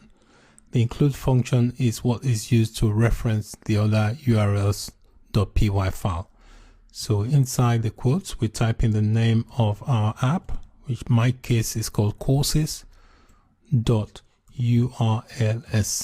So what it's saying, I'm accessing the urls file from our app called courses, and then make sure you have a comma at the end. So by doing it this way, we'll be able to reference the other urls file from this root urls file.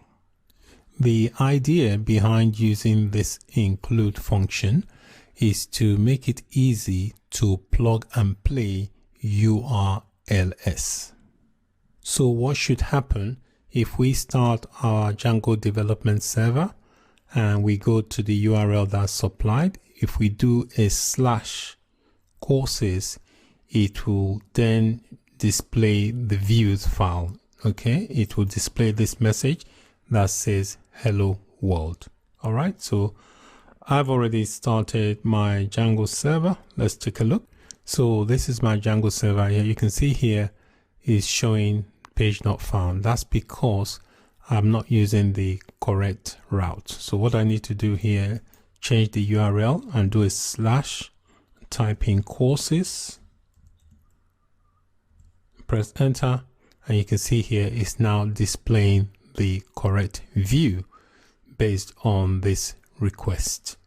So that's basically how you create a basic view. So we're able to create a basic view and wire the view to the URLs file. Thank you for watching. Hello and welcome to this video. In this video, I'll be showing you how to create a model. What is a model? A model is a single source of definition about the data that you are storing in your database. Each model contains fields and behaviors about the data that you are storing. Each model is a Python class that subclasses to django.db.models.model.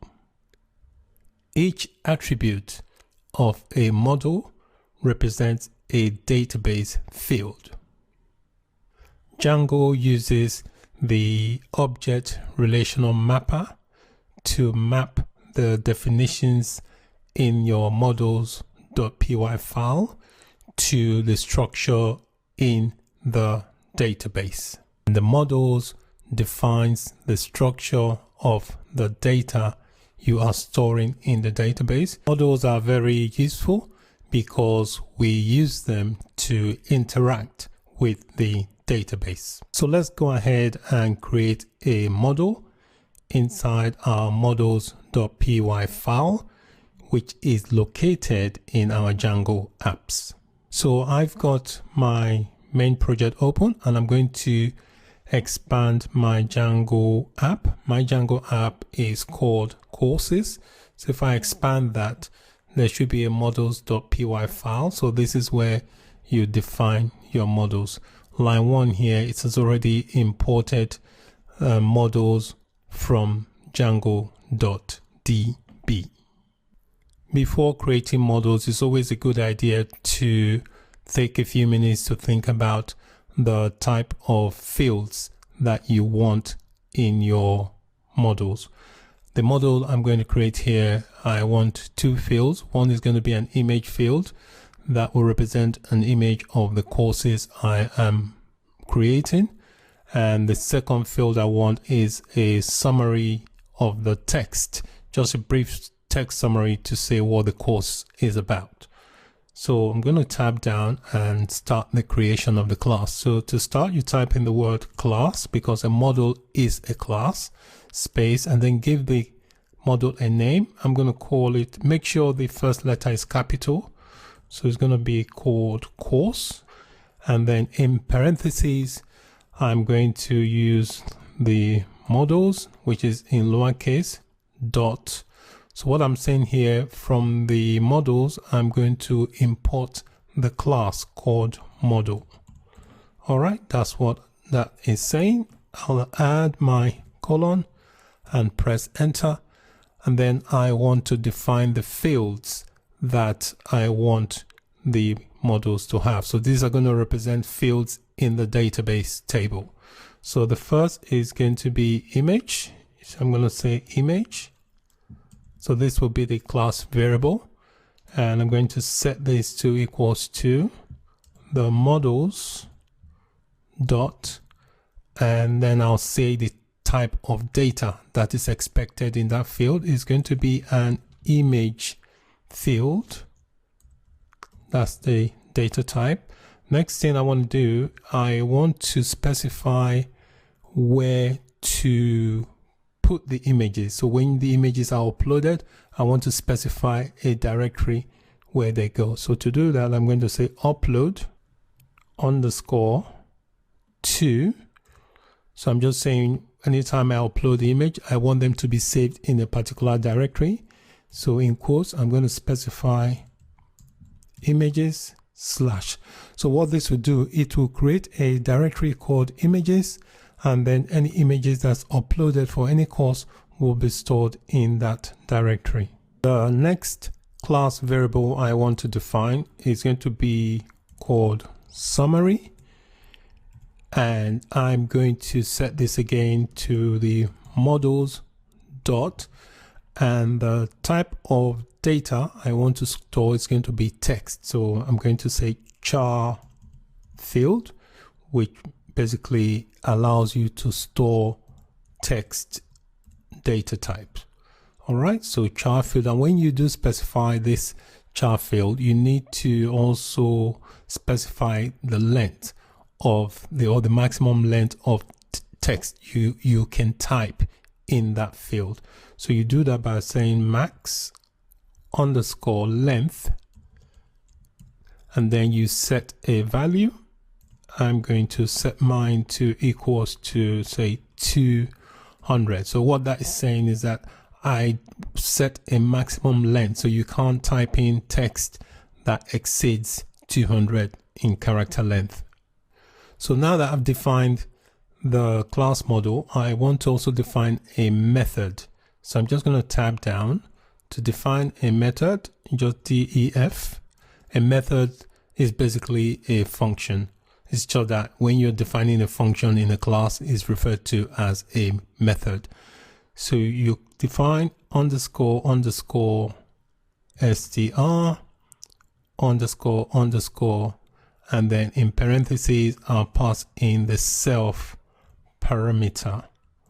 All right, and I want it to return self dot summary. Summary I'm referring to here is this summary variable. So let me explain what this underscore underscore str underscore underscore, what that means. That basically is a built-in function in Python that is used for string representation of an object. And inside the function, I've passed in a parameter called self. Self parameter is always the first parameter of a class method. It refers to the current instance of the class. It allows you to access the attributes and the methods of the class. And on line number 11 here in the return keyword, what this self means basically, dot summary means any text that you type in as a summary is what will get returned. So once you've done that, you can just save the file. That is the model created. One more thing I want to do before I wrap up this video.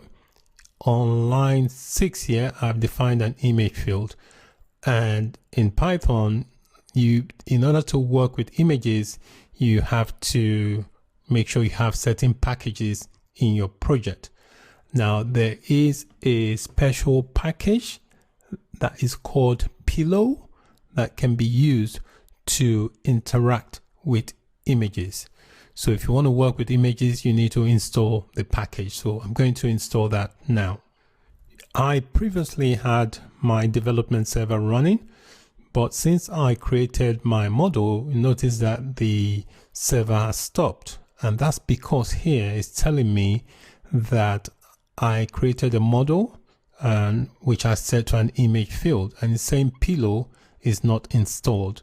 So it's complaining about it. So I'm just going to stop the server properly and install Pillow. So to install Pillow, you just type in pip space install Pillow and press enter, and that should install the Pillow package. So the package has been installed. I'm just going to clear my screen and start my development server again, just to make sure everything still works. So it's Python manage.py space run server and press enter. So as you can see, the server is back up and running since we have now installed the Pillow package. So that's it for this video. In this video, I walked you through how to create a new Django model. Thank you for watching. Bye for now. Hello and welcome to this video. I'll be showing you how to activate a model. There are two steps to activating a model. The first step is by creating a migration file, and the command you need to create the migration file is Python space manage.py space make migrations space the name of your Django app. My Django app is called Courses. Migrations allow Django to store changes to your models, and this is then reflected in the database schema. So anytime you create a new model, you have to first create a migration file. What that migration file does, basically, it creates an initial file, which is kind of like a template file that will have all the database table fields that you want created in the database. So it doesn't actually create the fields in the database, it just sets the template ready. And then there is a second command that you have to execute that will then create the fields in the database. So the migrate command is the command that actually implements the creation of the fields inside your database. The make migrations command just prepares the files with the information that you need to create the fields in the database. So before I actually execute those commands, I just want to show you which folder the migrations are created in. So inside your apps, this is the models file. I'm just going to close that. Inside your Django app, if I expand this, you should see a folder called migrations. At the moment, the folder should be empty. This is the folder that all your migrations you create, this is where they're going to be kept.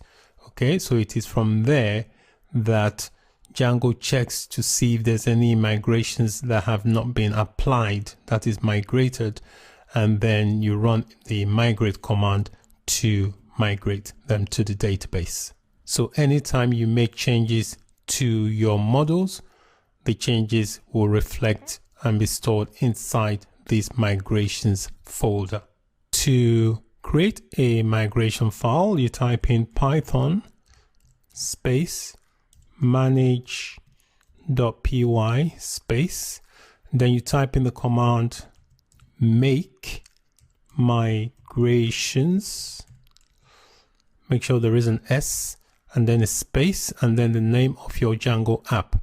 My Django app is called Courses, and I press enter and that will create, you can see here it's created the migration file, which is basically a template, and you can see here it says 0001 underscore initial. So if we open up our project and look inside this migrations folder, we should now see a file called, there you go.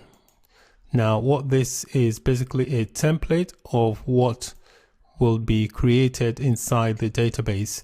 So it gives the database an ID, and then you have the image. This image and this summary are the fields I specified in the model. Django automatically adds an ID field for you. Before I run the command migrate that will create the database table and the fields, I just want to show you what's in the database at the moment. So the name of my database, I am connected to my PSQL shell, which interacts with my database. So the name of my database I'm connected to is called PortfolioDB and is running as user Postgres. Now these are all the tables that are inside the database. So at the moment, there is nothing here for the model I have created.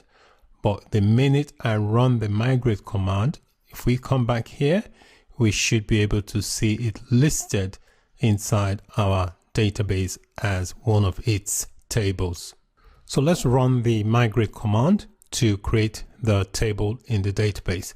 So we type in Python space manage.py space and then the command migrate and press enter, and that will migrate. You can see here it says apply all migrations, and this here is referring to previous migrations that it has applied. It's telling you this is what it has already applied.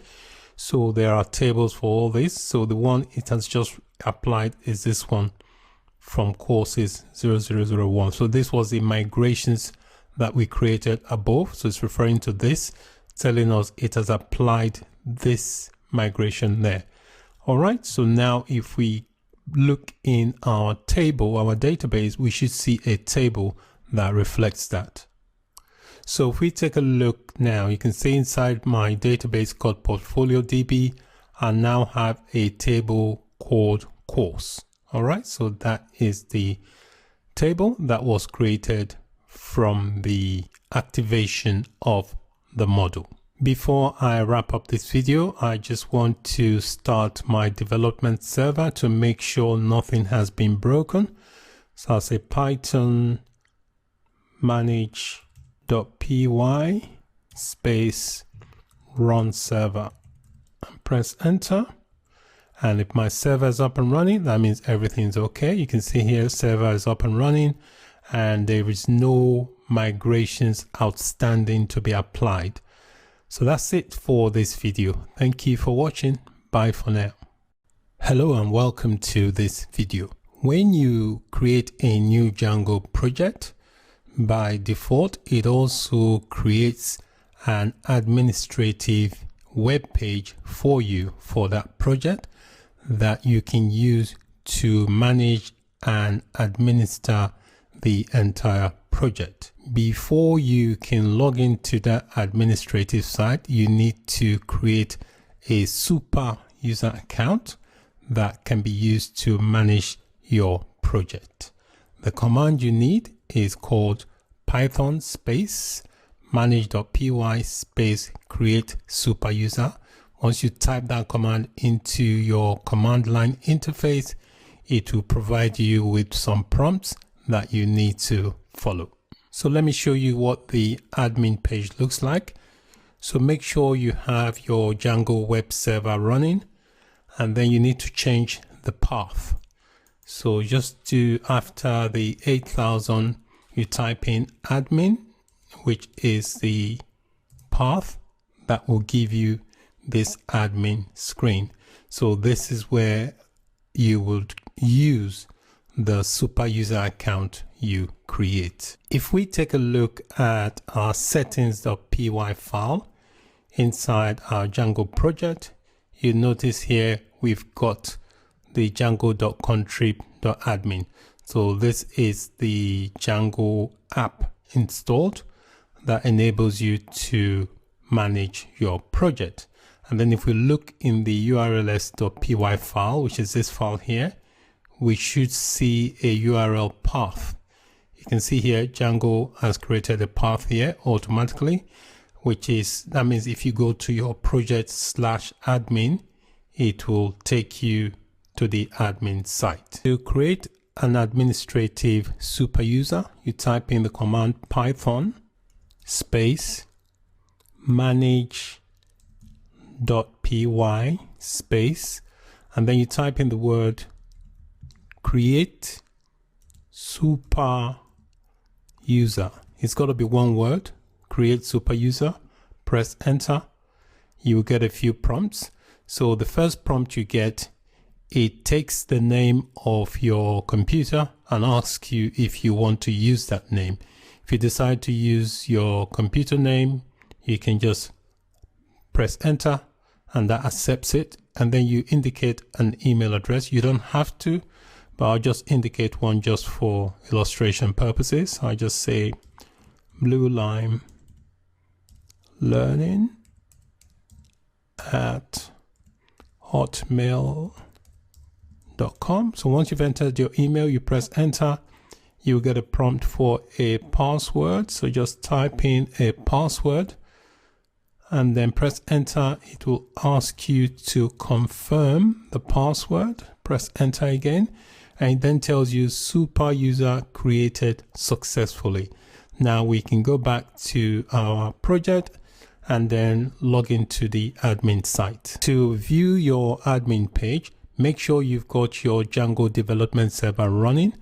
Then you type in the correct path. So after the port 8000, you do a / and then admin and press enter, and that gives you this admin page. So the username will be the username that you set up or you agreed to use during the creation of the super user. Just type that in and then enter your password. I'm just going to enter my password. Once you've done that, click on login. From the admin page, you can perform a variety of administrative tasks. For example, here you've got authentication and authorization. You can add groups, you can change, and you can also add users and also modify users.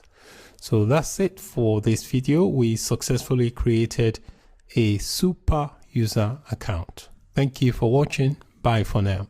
Hello and welcome to this video. I'll be showing you how to register your model with the admin site so that you can interact with the model from your admin web page. So this is my admin web page at the moment. So as you can see, there is no models here. So what I'm going to do is register the model so that I can interact with it from this admin page. To register our model, we need to open up our Django app. My Django app is called courses, so I'm just going to expand that. Inside that, there is a file called admin.py. So click on that. This is where we are going to register our model. But before we register the model, we have to bring the model into this file. So we import it. We say from .models, and then we type in the name of the model. So we do an import statement, and my model is called course. It's the name of my model. This period here basically is saying that we are importing this model called course from the same level here, because here I've got a file called models.py. Inside that I've got my model called course. So all I'm saying here is I'm importing the model from the same level. To register the model, after importing it, I just need to come here and type in the word admin.site.register, and inside the parentheses you pass in the name of your model. My model is called course, and that's basically it. That is how you register your model. Now if I go back to my admin site, if I refresh the page, I should see, you can see here my model has now appeared, so I can now interact with it from my admin page. One more thing to note is that this admin page here is not visible to visitors of your website. The visitors do not see this page. This is only for the administrators of the website project. Thank you for watching. Bye for now. Hello and welcome to this video. In this video, I'll be showing you how to create module objects inside the admin site of your Django project. Make sure your Django server is up and running, and also make sure that you are logged into your admin site. So once you're in your admin site, we can create new module objects by clicking on the name of your object. So whatever name you've called your object, just click on it, and that will give you this interface. You should have whatever, if your module is about a job, it should say add new job or whatever you've called your model. So I'm going to add a course. So I click on that, and that gives me this interface. And these are the fields that I created when I designed my models. So, okay, I designed my models to have two fields, an image field and a summary field. So this is my models.py file, and you can see I've got my model called course, and these are the two fields. We've got the image and we've got the summary. So to begin the process of creating the model object, I'm going to click on this option to choose an image file I want to use. So I have browsed to my images folder on my desktop. So I'm going to select the image I want. I'm going to click on this as my image and click open, and that you can see is uploaded the image. Next, on this field, I just need to enter a text. So I'm just going to say Django for beginners. I'll type in beginners. And once I've done that, I just click on this save button, and that should create the object. You see, it tells you here the course Django for beginners was added successfully. So I've just created a new model object. So if I click on the object, click on that, I can modify it. If I want to replace the image, I can do that. If I want to change the text that's here, I can change that and then save whatever changes I make. If I also want to delete, I can also delete that. I'm just going to click save because I'm not making any changes. Also, if I click on the object again, let me click on that. Any changes you make, you can track it in the history. So if you click on history, it can tell you here what has happened on that object. You can say these are the usernames. So my username is BLS, and it tells you the action I took. I added something, and again at this time no field were changed. I just tried to open up the model to make some changes, but I didn't make any changes. So you can tell, it tells you here no action was taken. So I'm just going to click on the home here to return that. So that's basically it. So I can add several more. If I want to add more model objects, I just come here and just repeat the process I have just done. Okay. To log out of this administration site, there is an option here for logout. So whenever you finish, make sure you click on the logout. When the model class was created, in this image field here, I specified where to upload the images to.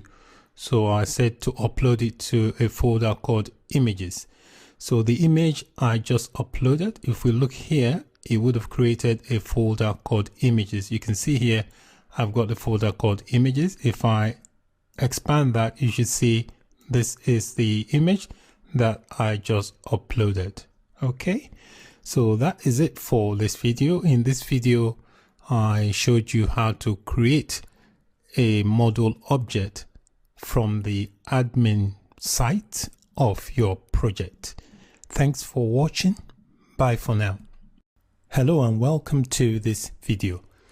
Using templates in your projects enables you to separate the design from the logic. Templates are a convenient way to generate HTML in a dynamic way. They enable you to separate the design from the code logic. Templates can contain static parts of the desired HTML output, as well as some special syntax that describes how the dynamic content should be inserted. Django comes pre-built with its own template engine, and it is called Django Template Language, also referred to as DTL. A Django project can be configured with one or more template engines.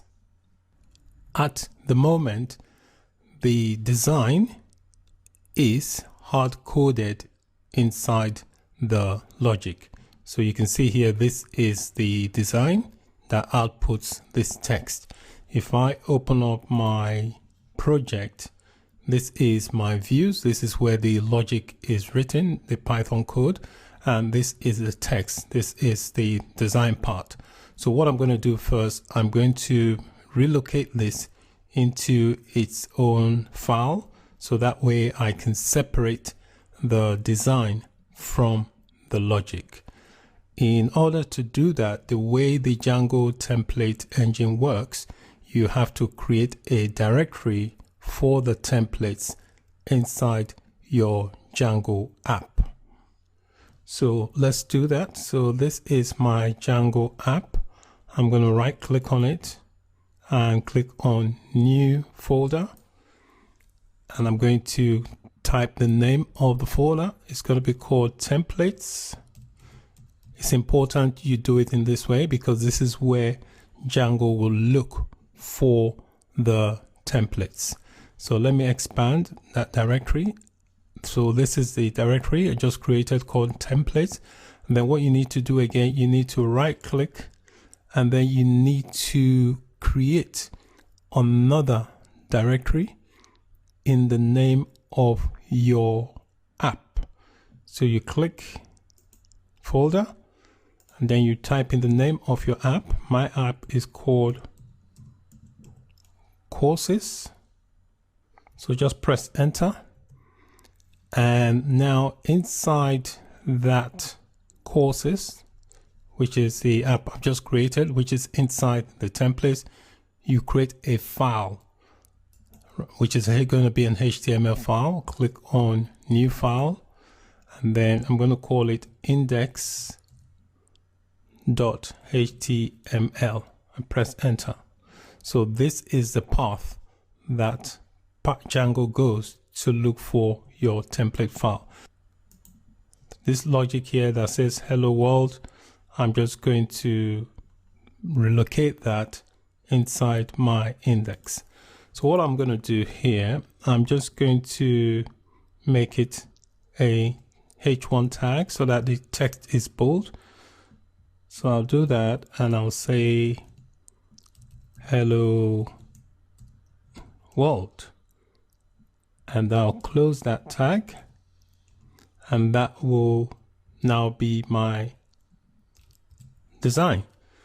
And then I'll go back into my views and then redirect it to this index.html file. So what I'm going to do is adjust the index function here. So I'm not going to use the response anymore. Rather than use the response, I'm going to use render. We've already got render imported. So I'll do render. And then inside that render function, I am going to pass in the request as the first parameter. You do a comma, and then now I have to specify where to pick up the template from.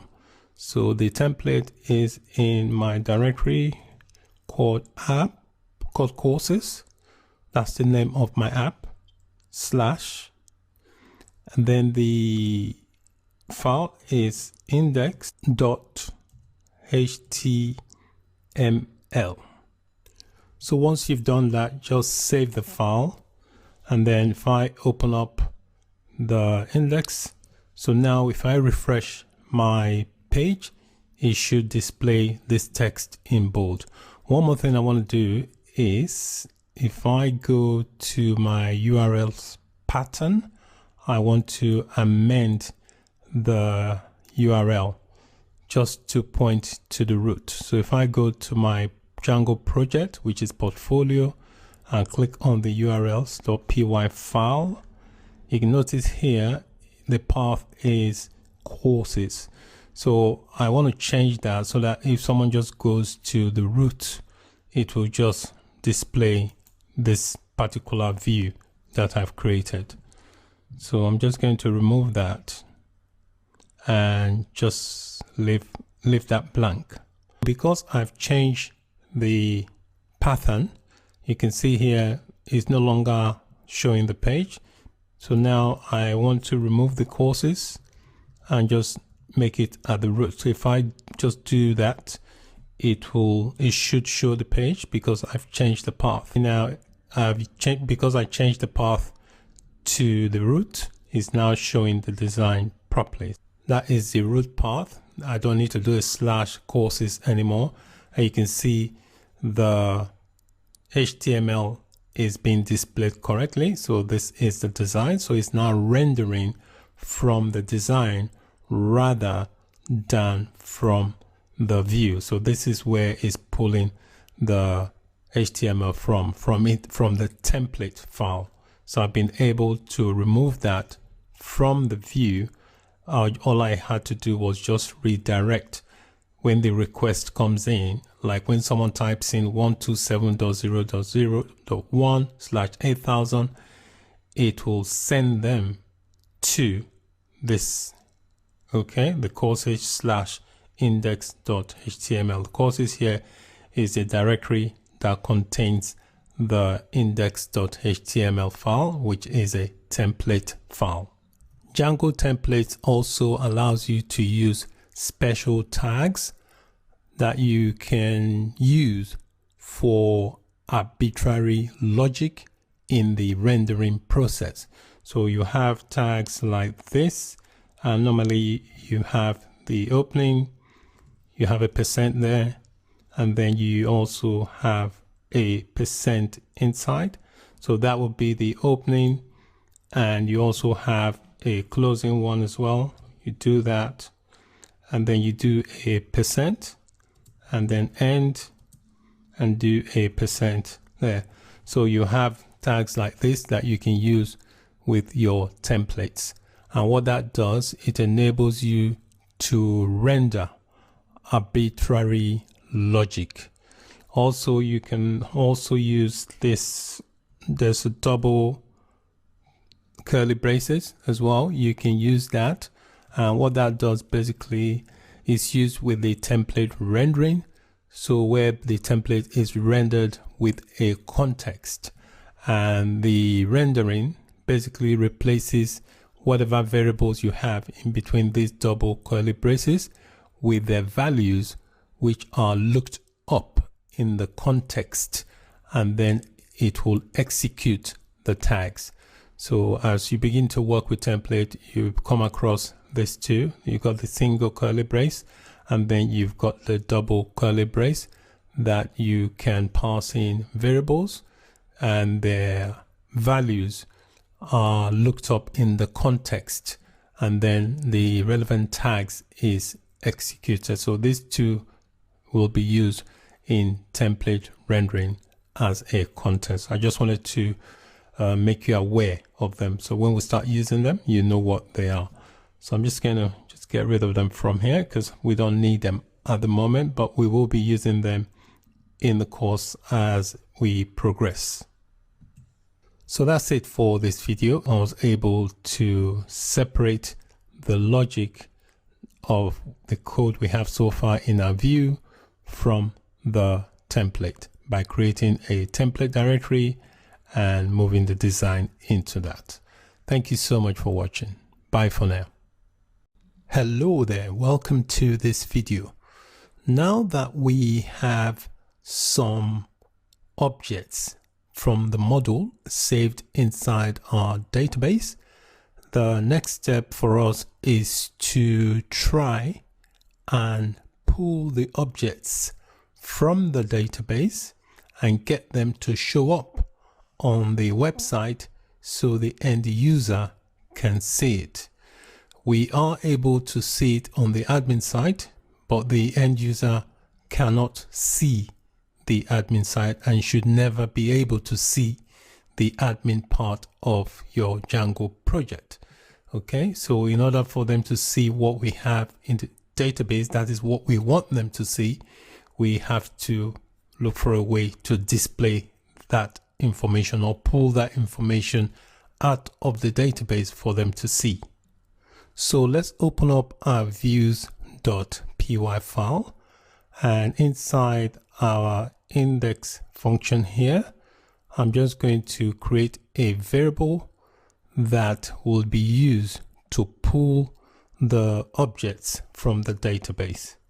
So to do that, I'm going to create a variable and I'm going to call it courses, just because that's what I'm doing. If you're doing jobs, you can put in jobs or whatever your portfolio is about. And I'm going to set that to equals to uppercase courses with the uppercase C.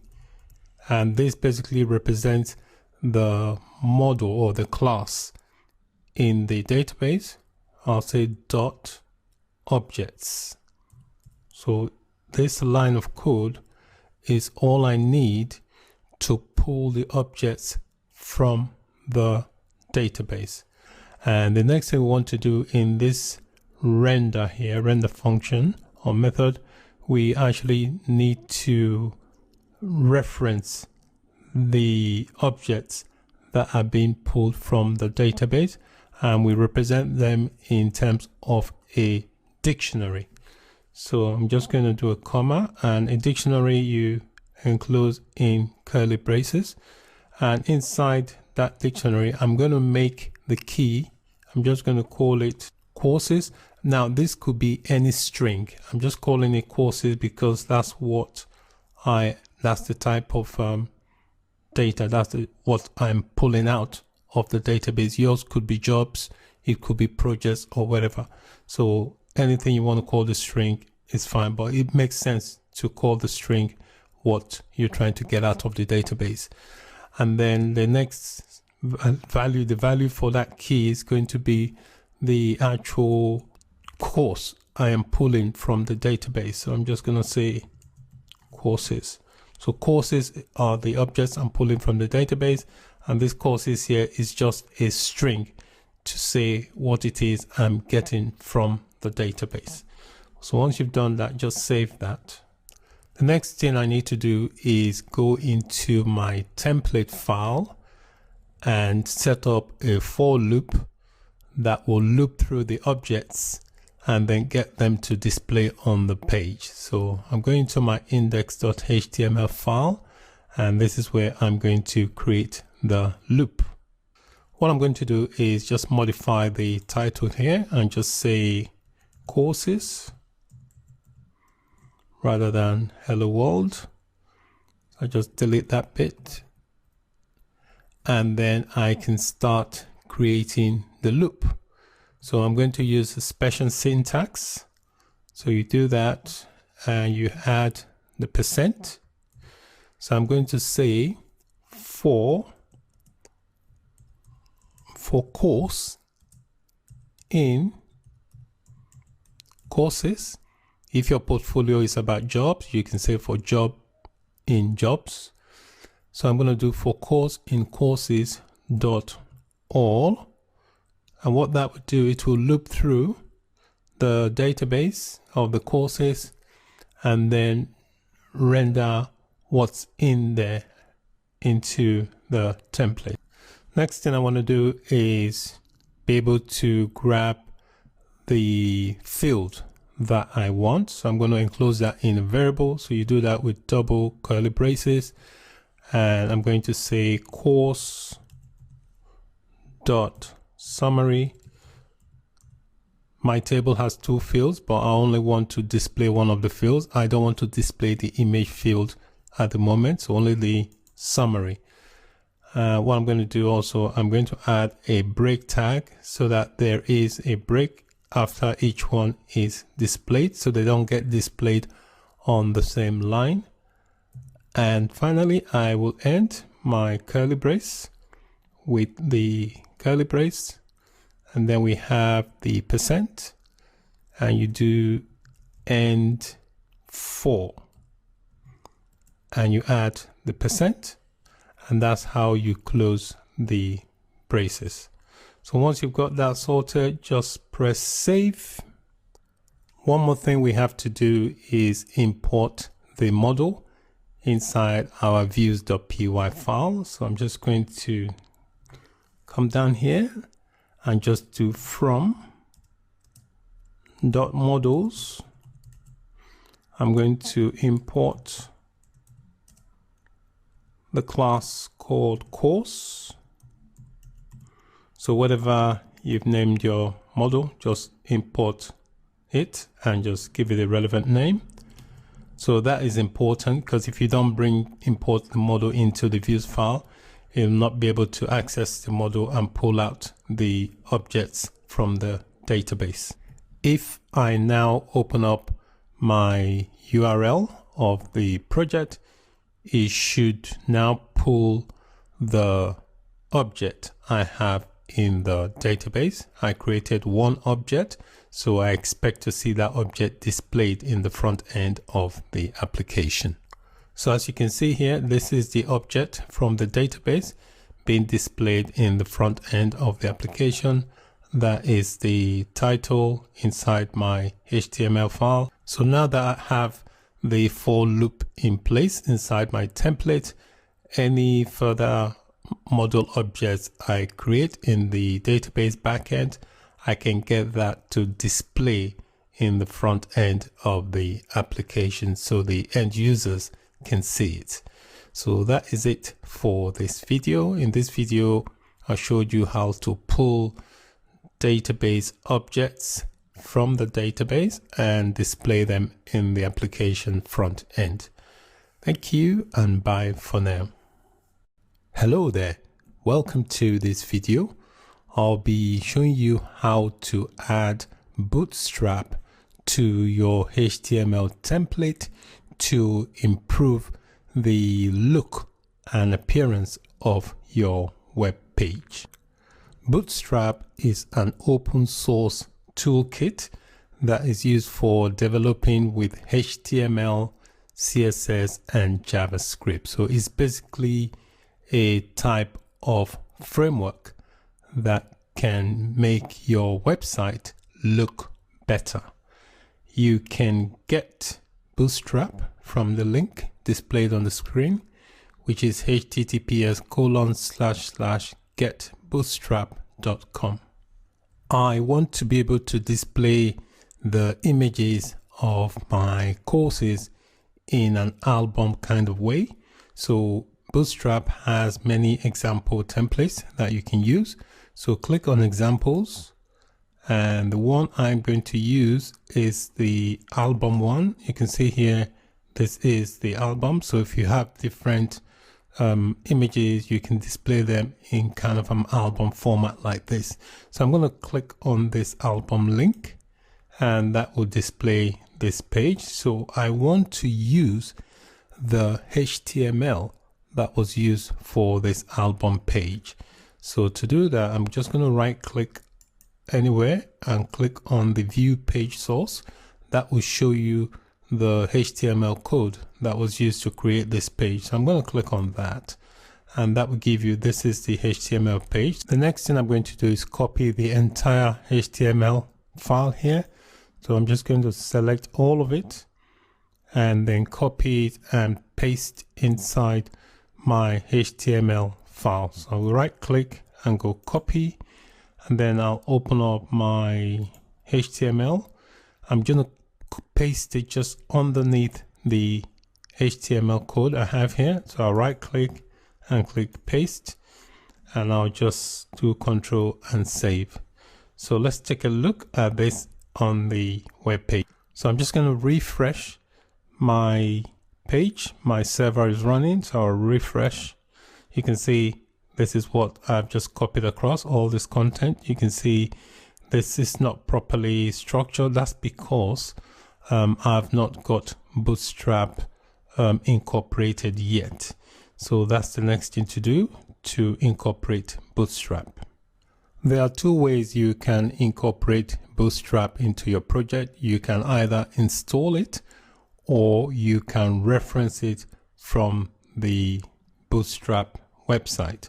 So for now, I'm going to reference it from the website. So this is the main website. So if you scroll down, there's an option for Get Started. Click on that, and it provides different links that you can use to incorporate Bootstrap into your project. So if we look in this quick start area, the first component we're going to copy is the CSS. So just click on this copy here, and that will copy this entire CSS link, and then open up your HTML file.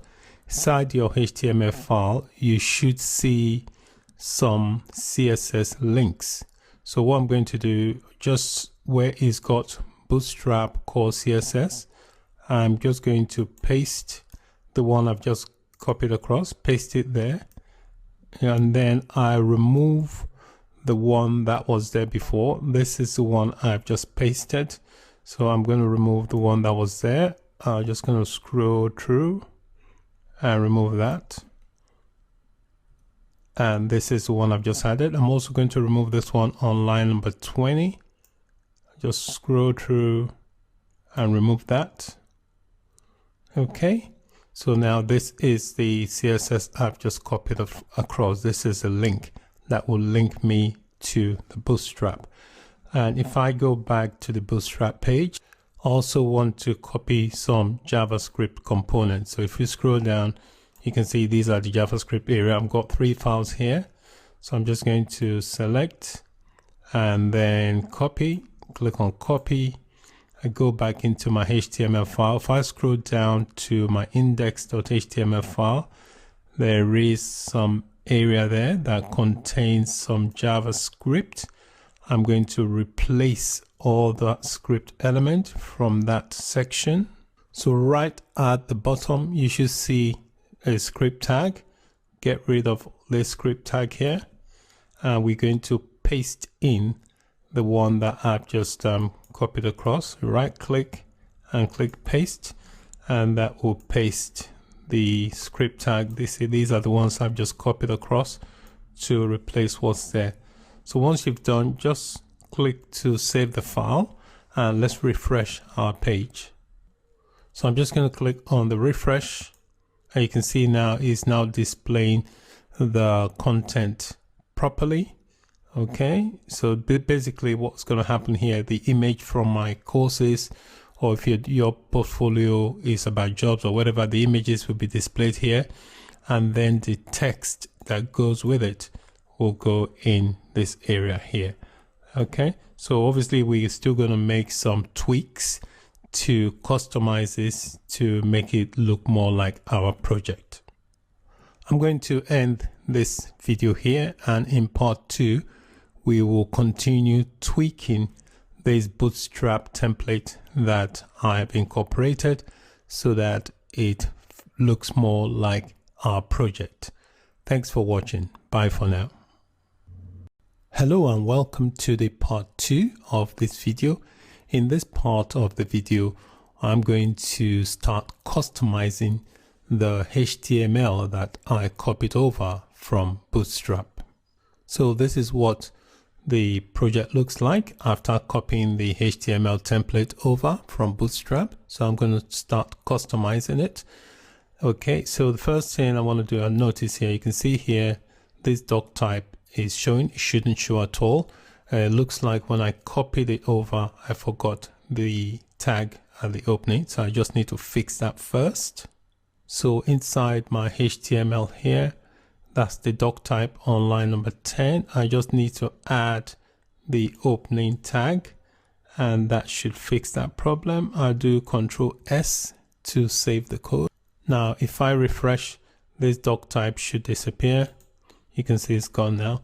Next thing I want to do is remove this bar here, this navigation bar. I want to get rid of it. It looks like it's some kind of header. So I need to go inside my HTML again. So in the HTML, I need to look for something relating to header. I'm going to scroll down and see if there is. Usually it should be in the body. So that's the body tag. This is the header. So get rid of it. Everything that's the opening header. Make sure you've got all the tags right up till the closing header.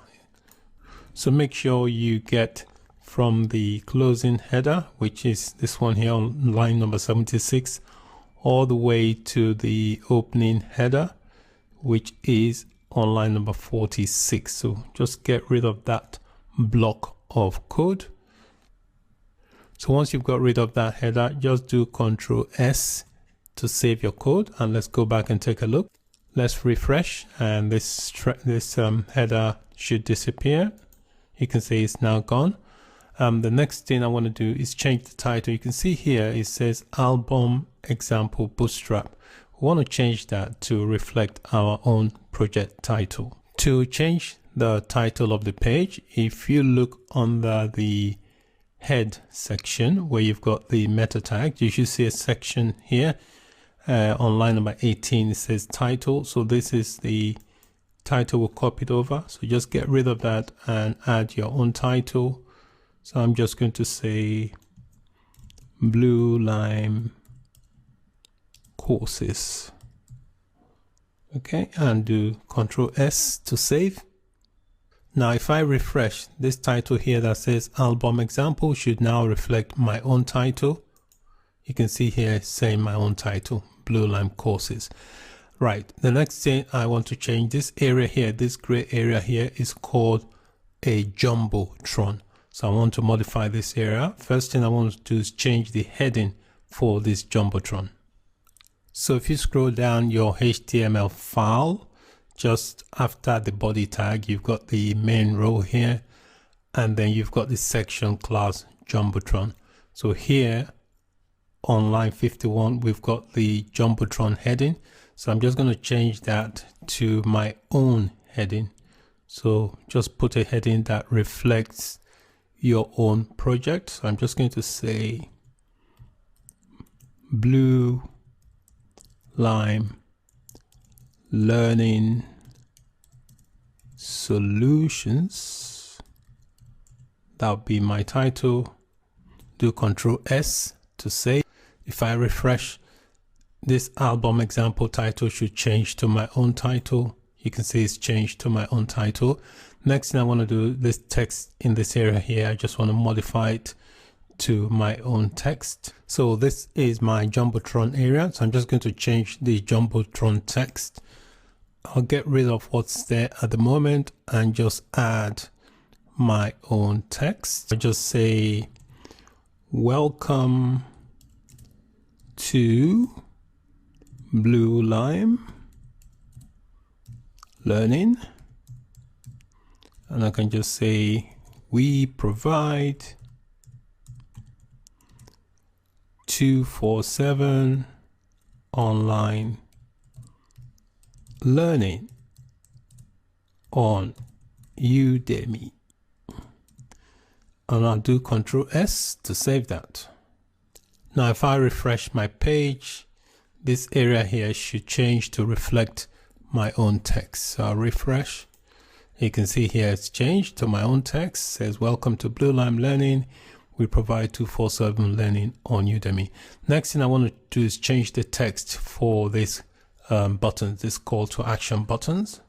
And the call to action buttons are just these two buttons here inside the Jumbotron area. So the first one, I'm just going to change the text to say, I want to make this an email button. So I just say email. And the second call to action button, I'm going to change the text to say course is going to be my text. And I'm going to change the button color. At the moment, I want to change it from dark to say bluish. So I'll change it to button-info. All right, and that will give it a different color. I'll do Ctrl S to save. Just going to refresh, and this text and the button color should change for this one. You can see here it has changed. What else I can tweak? Right at the bottom here, this area here is called the footer area. I'm going to get rid of that. So if I open up my index.html, the footer should be right at the bottom. You can see here that is the closing tag for the footer. So, and that's the opening. So I'm just going to grab this area here. Okay.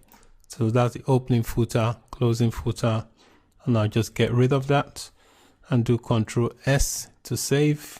Now if I refresh, this area here should be gone. You can see that area is now gone. Now the last thing I want to do for this video here, all these thumbnails, there's too many of them. I only want one, and then as I upload the images for my courses, it will automatically add them. So I'm going to get rid of all these thumbnails and leave just one. So after the Jumbotron section, this section here, we now start having the area for the thumbnails. So I'm going to scroll down. I'm going to leave this div here that says div class album, leave that. I'm going to leave this div here that says div class row, and I'm going to come back to that. I'm just going to tab so that I know where I need to come back to. If I scroll right down to the bottom, right to the end, because these divs are all, you can see where it says the closing main. I'm just going to keep the last div. So from here, I'm going to keep all this right up till here. So I'm just going to press so that you know where I'm keeping, and I'm going to get rid of everything from here right up till where I gave the gap, right up till here. Okay, and I'll get rid of that, press delete. So I should only have, after the Jumbotron, after this section here, I should have just that, just this area here. So this is what should be left after stripping all the others. Okay, and we have the div row, and then we have just this block here all the way. All right, and that's it. So do Ctrl and S to save, and if we refresh, we should have only one of the thumbnails left. Refresh. As you can see, we've only got the one left, and then we can build from here. Once we upload each image for our project, it will automatically add its own thumbnail, and this area here will be where we'll add the text summary for the project. Okay, so that's it for this video. Thank you for watching. Bye for now. Hello and welcome to this video. Websites generally sometimes need to serve additional files such as images, JavaScript, and CSS, and also some media files. These are referred to as static files. They are standalone files, so they are not part of any database integration within your project. So they generally include images and then CSS files or JavaScript files, in some cases media files. To use static files, you must make sure you have the correct configuration. So if you take a look at your settings file, which is a settings.py file, make sure that you have on line 40 here, make sure you have this django.contrib.static files included in your installed apps. Also inside the settings.py file at the bottom, you should see a definition for the static URL. So if I scroll down, there you go, line 127, we've got this variable here called static_URL, and this is the value for it. So while we are in the settings file, there's another setting we can add here. We can add the location where the actual static files will be stored and collected from once this URL here is visited.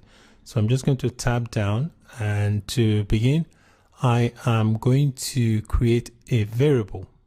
I'm going to call the variable static _root, and I'm going to set it to equals to, I don't want to give it a specific location on my local computer, just in case the project is moved or it has to be deployed live. So you want to set a path that will be easy to integrate into the project. So I'll say os.path.join,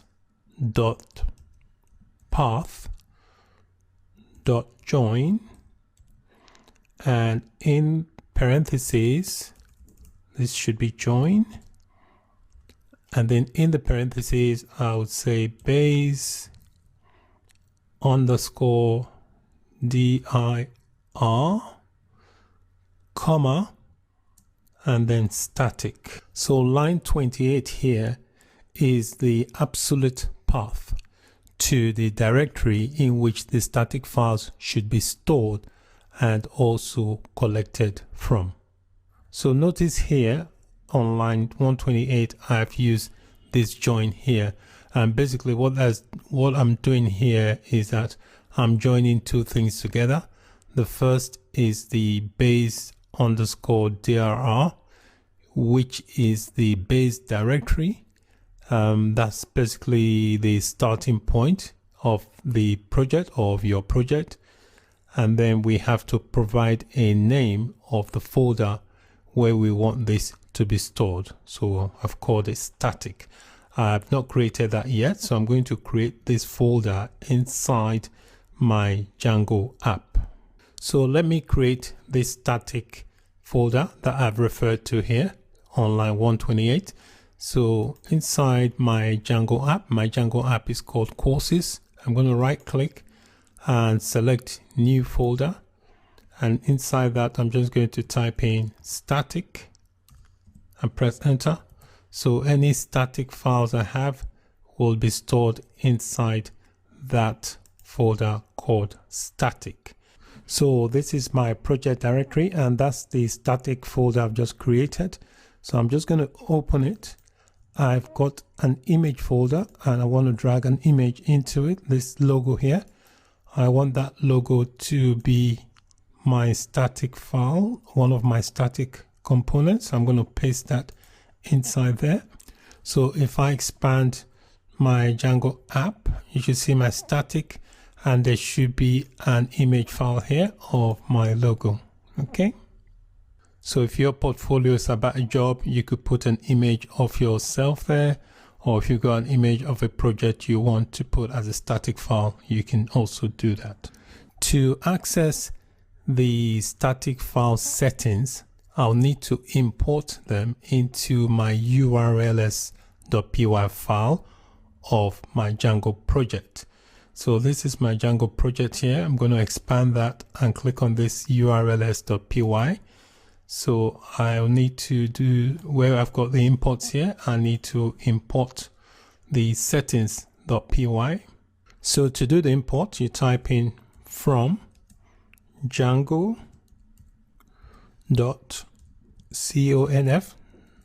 django.conf space import space settings. Okay, that's the first one, and then we'll do from django.conf the URL s dot static space import static, which is the static folder I created. All right, and then just save that. The next thing I need to do is add the reference inside this URL patterns. So I'm just going to come here and tab. So here I need to provide the static URL and the static root for the static files. So to do that, you add a plus, and then you type in static, which is the static that I've imported. And then inside, I will pass in settings dot static in capital underscore URL. You do a comma, then type in documents underscore root, and you give it a value of settings dot static underscore root. So this provides both the static URL and the static root for any static files that you have. So that's it for this part of the video. We'll continue in part 2. Thank you for watching. Bye for now.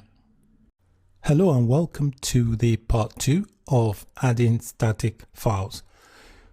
What we need to do in this part is we need to collect the static files, and Django has a special management command that can be used to collect static files.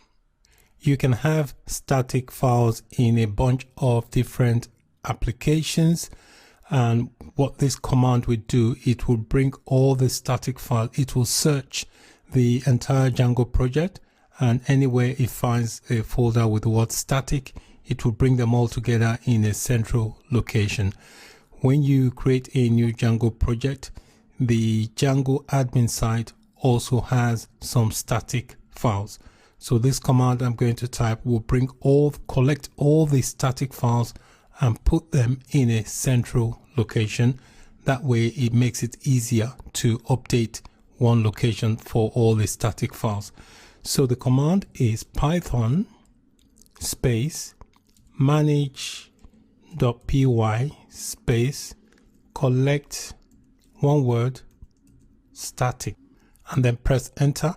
What that will do, it will search the entire Django project and pull any static files it finds, any folder it finds with static, and put them in a central location. So you can see the command has returned 120 static files. So it says it found 120 static files and it has copied them to this location, which is my main project directory, and is put them in a folder called static. So it's created a folder called static and put all the static files and folders it found throughout the project.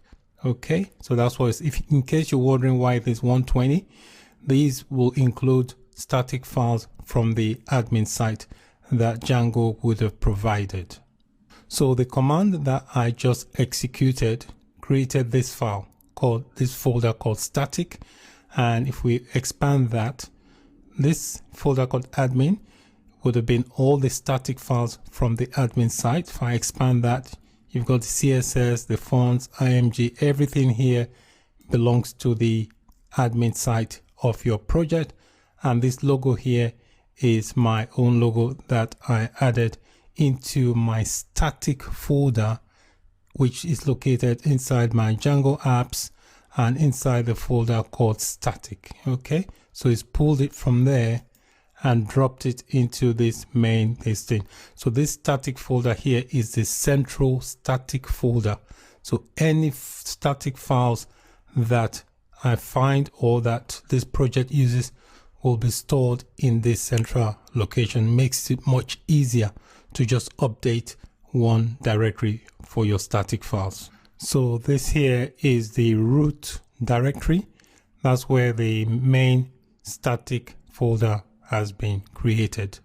So anytime you add a new static file or you update any static file, you just run the same command, Python space manage.py collect static, and it will collect all the static files from that location. So now that the static files has been collected by Django, we need to incorporate that into the template. In my own case, the static file I'm interested in is my image. So if I click on that, this is the image I want to incorporate into my template. So what I'm going to do is expand my Django app and open up my templates. Inside my Django templates, I'm going to open up this folder called courses, and inside there is my index.html file.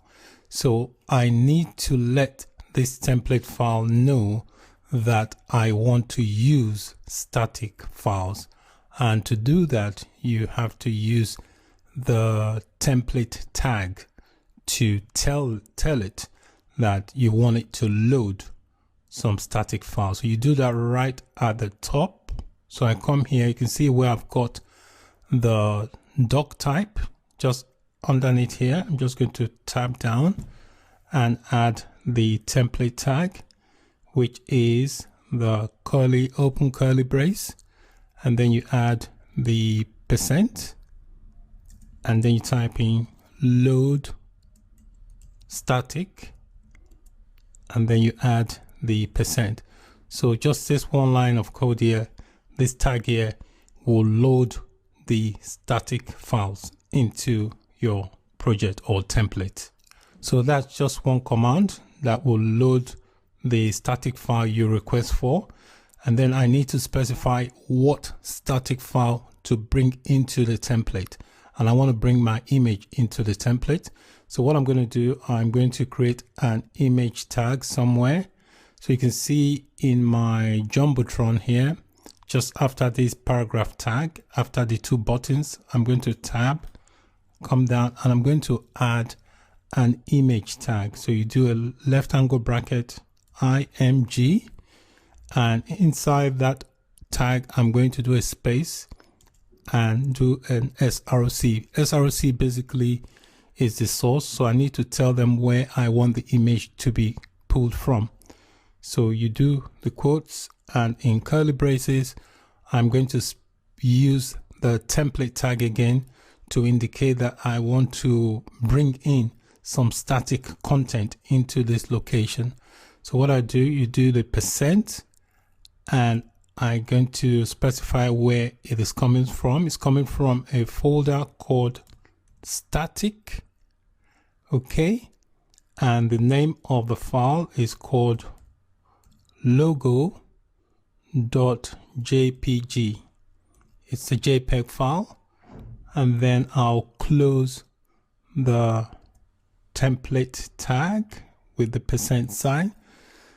What I want to do also, I want to add an attribute that will have the image at a certain fixed size.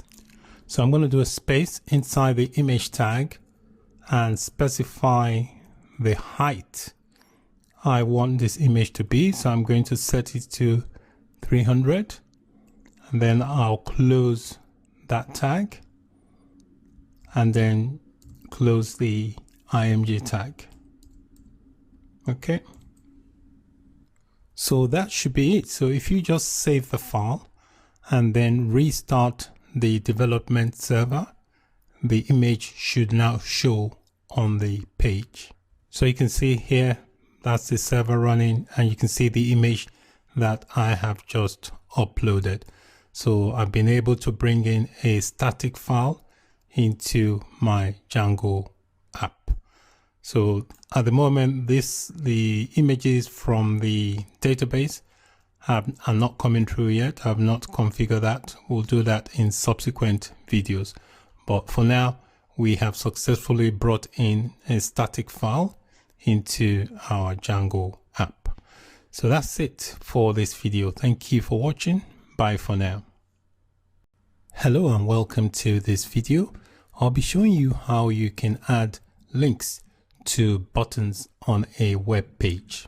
When I copied the HTML from a Bootstrap template example, it also gave me access to 2 buttons. At the moment, the buttons are not going anywhere. It's just an empty link. If I click on it, it doesn't take me anywhere. I've called my buttons, first one I've called Email Us, and the second one I've called Courses on Udemy. What I want to do for my page, I want to set up a link so that when someone clicks on this, it will automatically open up my email address on their email client. And when someone clicks on this link, it should take them to all our courses on Udemy. You can have as many buttons as you want. You can have one going to Twitter, one going to Facebook, to Instagram, or whatever. So any type of button you want, you can just add them and just set the link. So inside my HTML here, this is where the buttons are located inside my Jumbotron.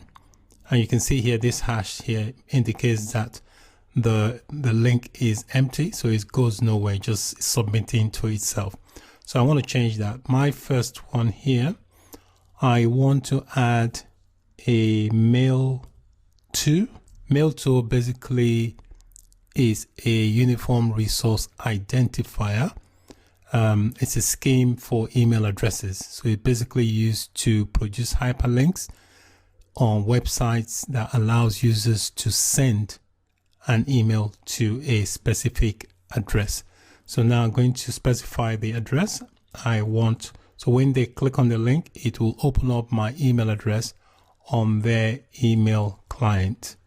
So I'm just typing in my email address. And for this second button here, I'm going to get rid of the empty link.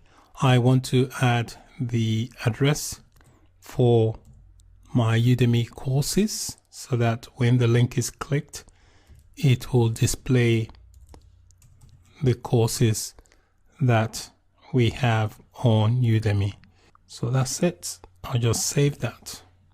So now that I've added the link to my buttons, I should be able to click on it and it should direct me to where I pointed it to. So if I click on this email us, it should open up the various email clients. You can see here is giving me the option here. So you can just, whatever email client the person that clicked on the link uses, they can just click on it and it will automatically insert the email address I have specified on their email client. Also, if I click on my second link here, it should take me to Udemy and should show me the Udemy courses. Okay, so these are all the courses on Udemy. So that's it. That's how you add links to buttons. Thanks for watching. Bye for now. Hello and welcome to this video. I'll be showing you how to display media content on your web page.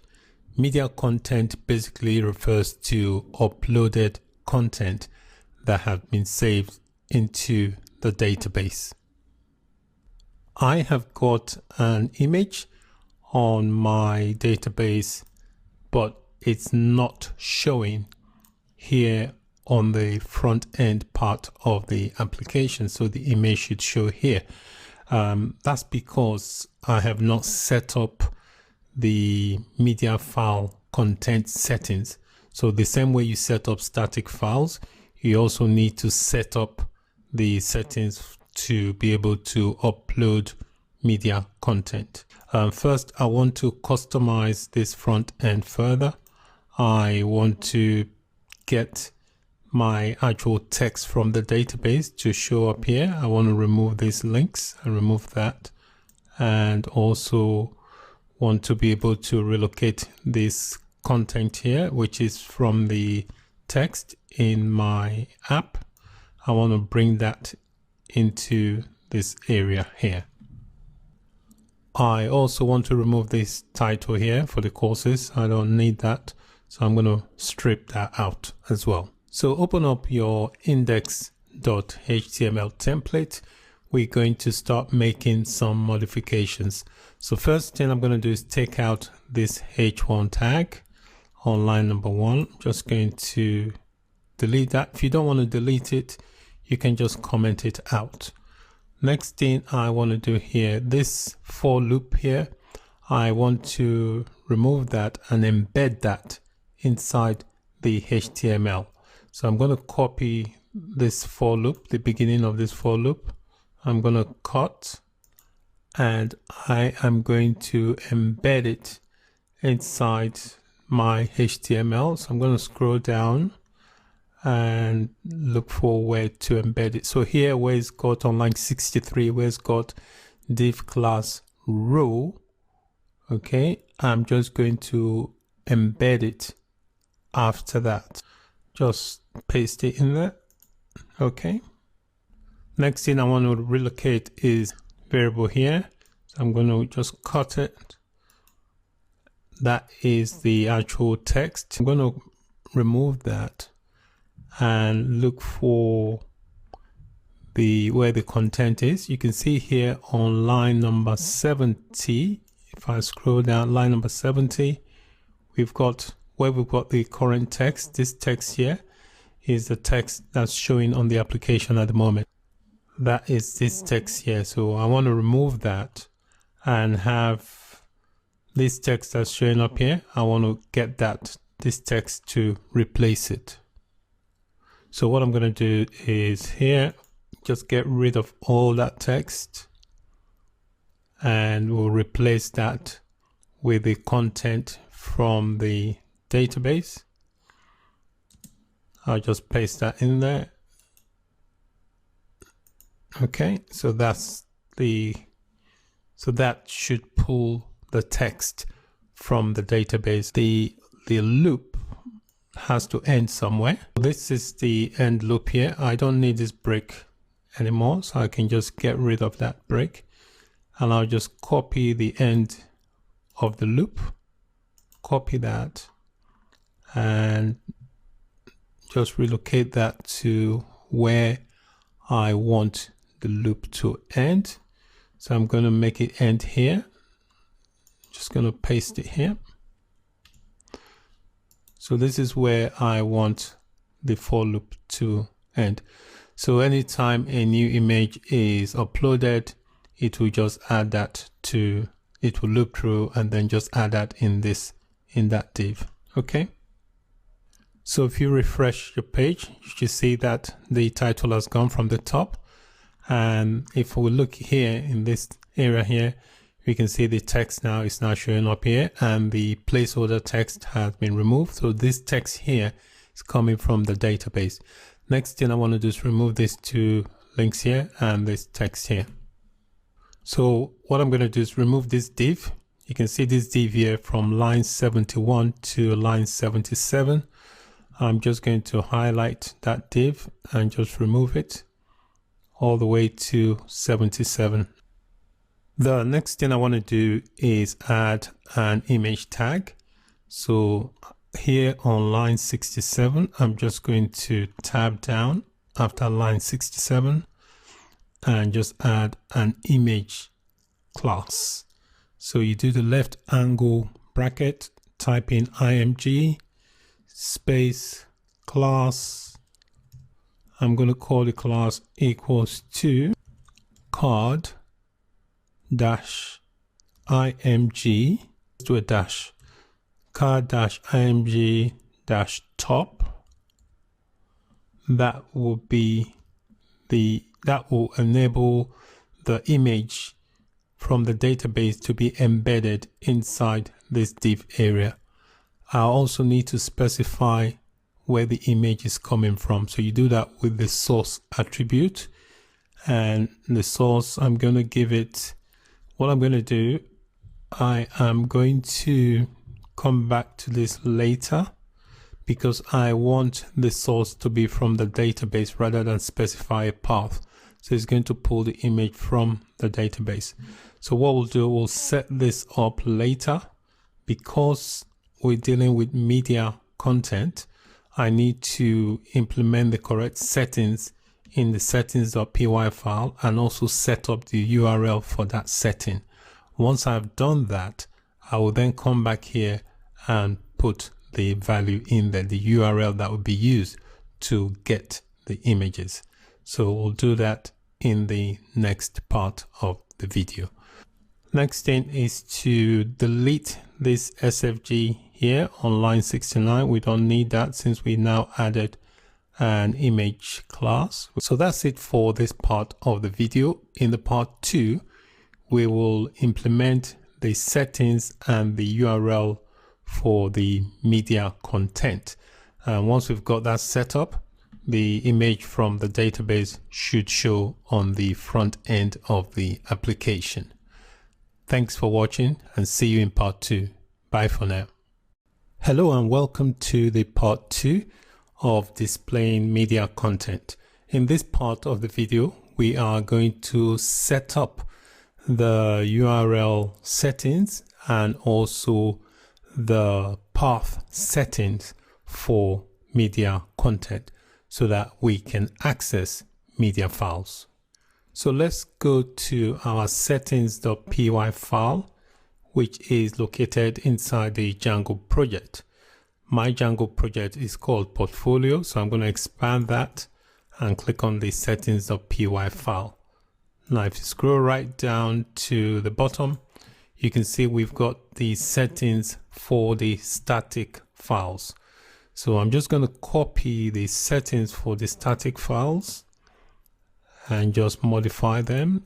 I just tab and just paste them here, and I can now modify them for the media. So where it's got static URL, I'm just going to change from the static and type in media. And here where it's got static, I'm going to replace that with media. And here in the path where it's got static root, I'll change the static part of it to media. And in this path here, I'll change where it's got static. I'll replace the static with the word media, and that should take care of the settings. So that's basically the settings. So this is the path for the media files, and this basically is the storage location, the base storage. So now that we've got that set up, we need to go to the URL s.py file and implement these settings there. So again, inside your Django project, click on the file that says urls.py. Okay, so I'm in my urls.py file. Click on that, and that should give you your urls file. So these are the urls pattern.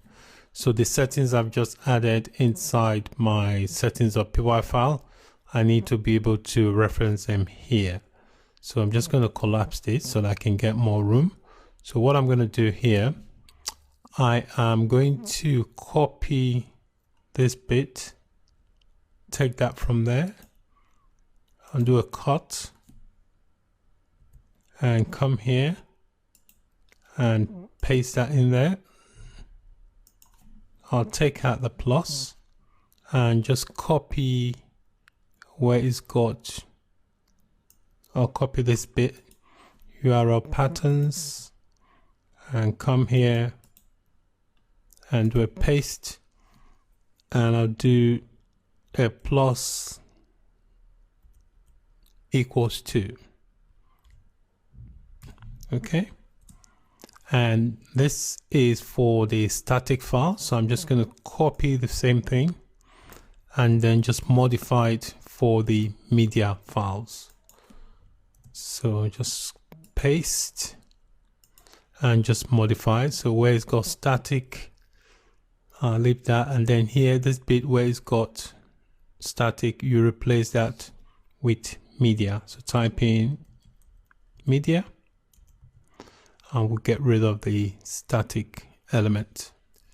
And right at the end where we've got static, we'll replace the static with media, and that should be all the settings we need in order to pull media content from our database and display them in the front end of our application. So now that we've got our media content settings all done, we need to go back into our index.html file and supply the path for the image to be uploaded. So if we look here on line 68 in my index.html file, I've got the image class. So here, this is the source, so I need to specify where the image is going to be pulled from. So I'm going to specify the name of my model. So it's going to be course dot whatever your app is called. So mine is going to be course dot image dot URL. So this dot image here has a property called URL. So this URL is what will pull the image from the database using its URL and then display them on the page. So now that we've got that in place, I'm just going to save and then we can take a look at our application. So if you take a look at your Django app, you should now see your image uploaded from the database. So if you can see that, well done. If you can't see it, if you have any issues, please let me know. I'll be more than happy to help. I'm going to quickly go into my admin panel and add more images and also text for the images. So I've added some more images and some text via the admin panel of my project. So this is what it looks like at the moment. So the adding of the images and the text is basically the same way you added the first one, just replicate that process. So it's not looking bad at all. So that's it for this video. This was the concluding part of the two-part video series on how to get media content to display on your Django web page. The media content is different from static files. Static files are not in the database. Media content are content that are uploaded by the end user. So any content in the database can be treated as media content. Thank you so much for watching. Bye for now. Hello and welcome to this video. I'll be showing you how to create links for the objects you have on your web page. On my Django app at the moment, I've got images and got text. I want to be able to make the images clickable so that when you click on it, it takes you to another page, and that page will display the image and also display the text. So it's a kind of like a detailed page of that individual image. So that's the goal. The first thing I need to do is try and create a new path function inside my URL patterns in my Django app. My Django app is called courses. So if I expand that, there is a file called urls.py. So you can see I've got some path there already. So what I'm going to do, I'm going to add another path. So I'm just going to press enter and going to copy this and just modify the parts that I want changing. So to begin, every path function must have a route. That means where you want to go to search for particular information. So here, the first parameter is a route. For that, I'm going to put int. I'll explain this in a minute. And I'll type in course underscore ID and close bracket. So what this is saying, if someone goes to my web page, so if someone comes here, this address, and does a /1 or whatever, that's what I mean. Okay, so if this image is being clicked on, it will give the ID of that image. So whatever ID it had in the database, so every object in the database will have a primary key. So whatever that primary key is, when you click on this, it will bring up that route. That's what I'm referring to. So that information, the numerical information that's captured, will be stored in this variable called course underscore ID. And once you've entered that URL, we need a view that will be called to render for this URL. And the view function, I'm going to create a view called details. I've not created it yet, but we'll create it shortly. So that's going to be the name of my view, and I'm going to give the value of this name parameter. I'm going to give it the same name as my view.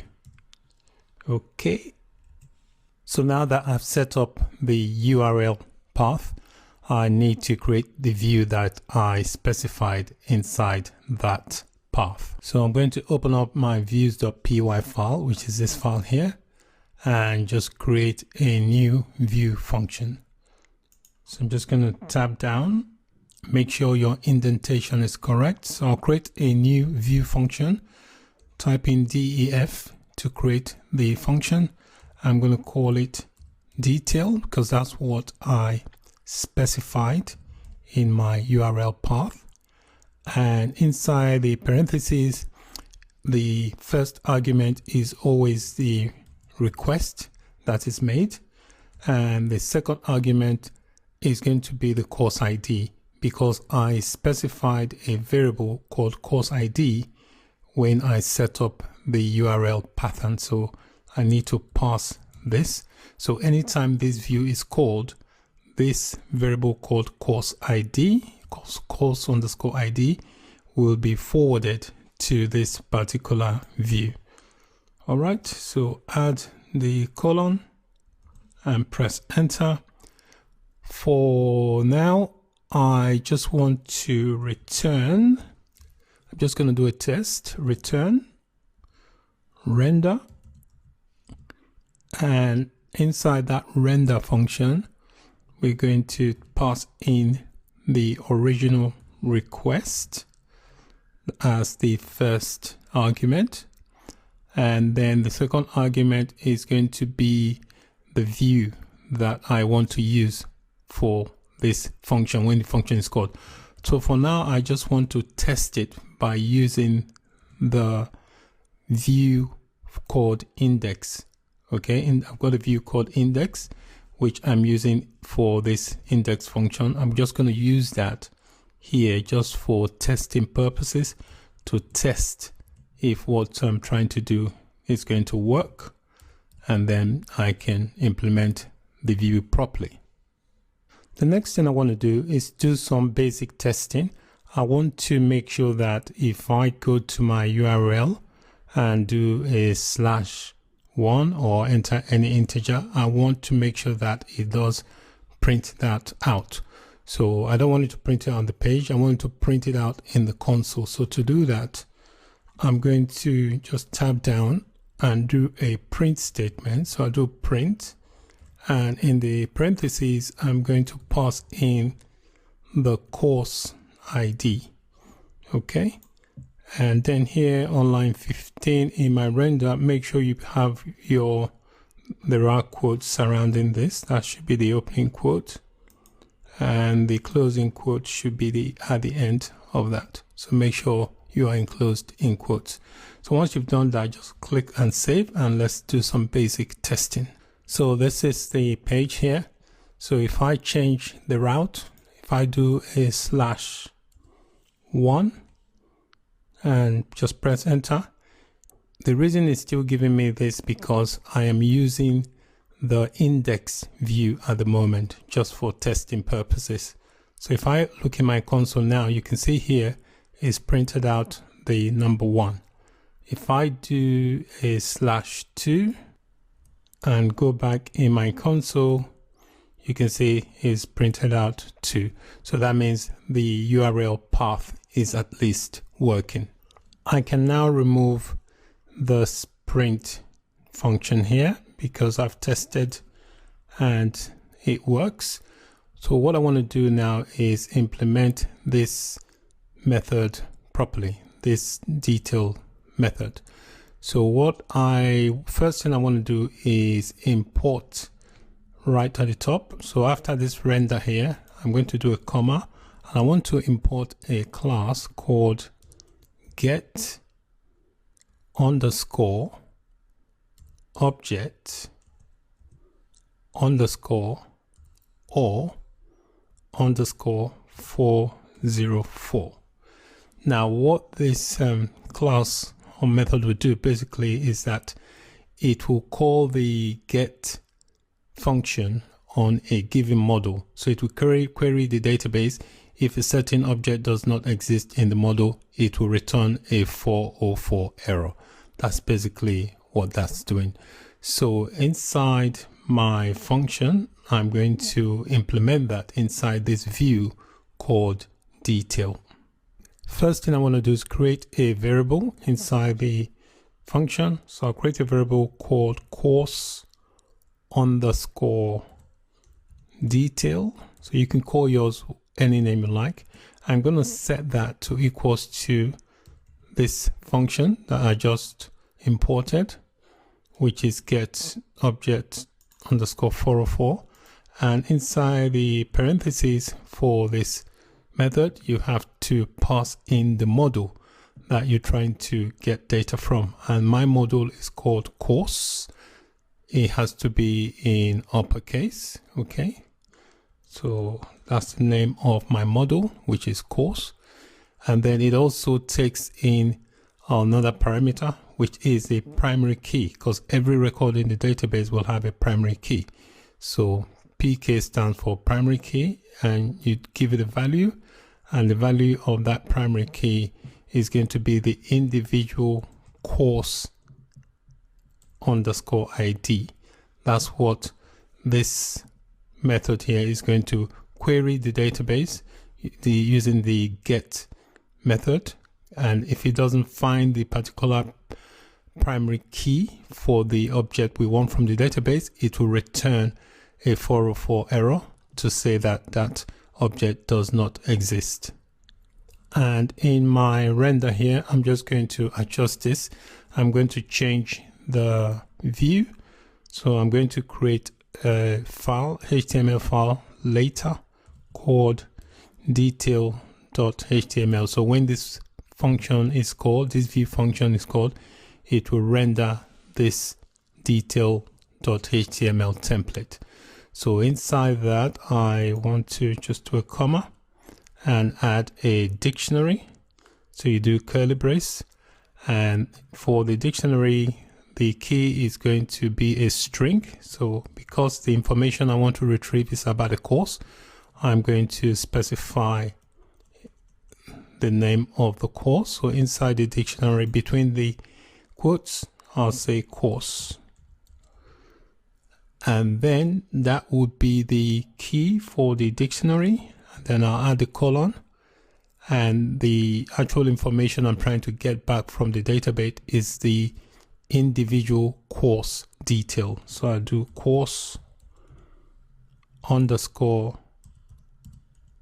detail. So this will represent the data I'm trying to retrieve from the database. That's what this dictionary is doing. So that's it. When you're done, just click to save the file. So now that we've created the view function, the URL has been set up. In the next video, I will create a HTML file called detail.html that will be rendered when the relevant route is called. Okay, so we'll do that in the next video. Thank you for watching. Bye for now. Hello and welcome to the part 2 of creating object links. In this part, I'm going to be focusing on the HTML templates. The first thing I need to do is create a new HTML file, and that's going to be created inside the templates directory. So if I click to expand my Django app, and there is a directory called templates, that's where Django looks for templates, and then expand. And inside there's another directory called courses. And inside that course, I've already got a template called index.html. So I'm going to right click on this courses directory and click on new file. And you can see the path there. And I'm going to call it detail.html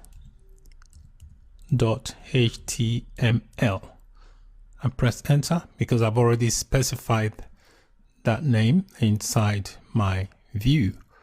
So the next thing to do is, what I want to do is copy, because both templates are going to be similar. I just need to make a few minor tweaks. So I'm going to click on the index.html file and just copy everything from this index.html inside my new detail.html. So copy and come to this details.html and just paste. So we just need to make some adjustments to this one that I have just pasted across.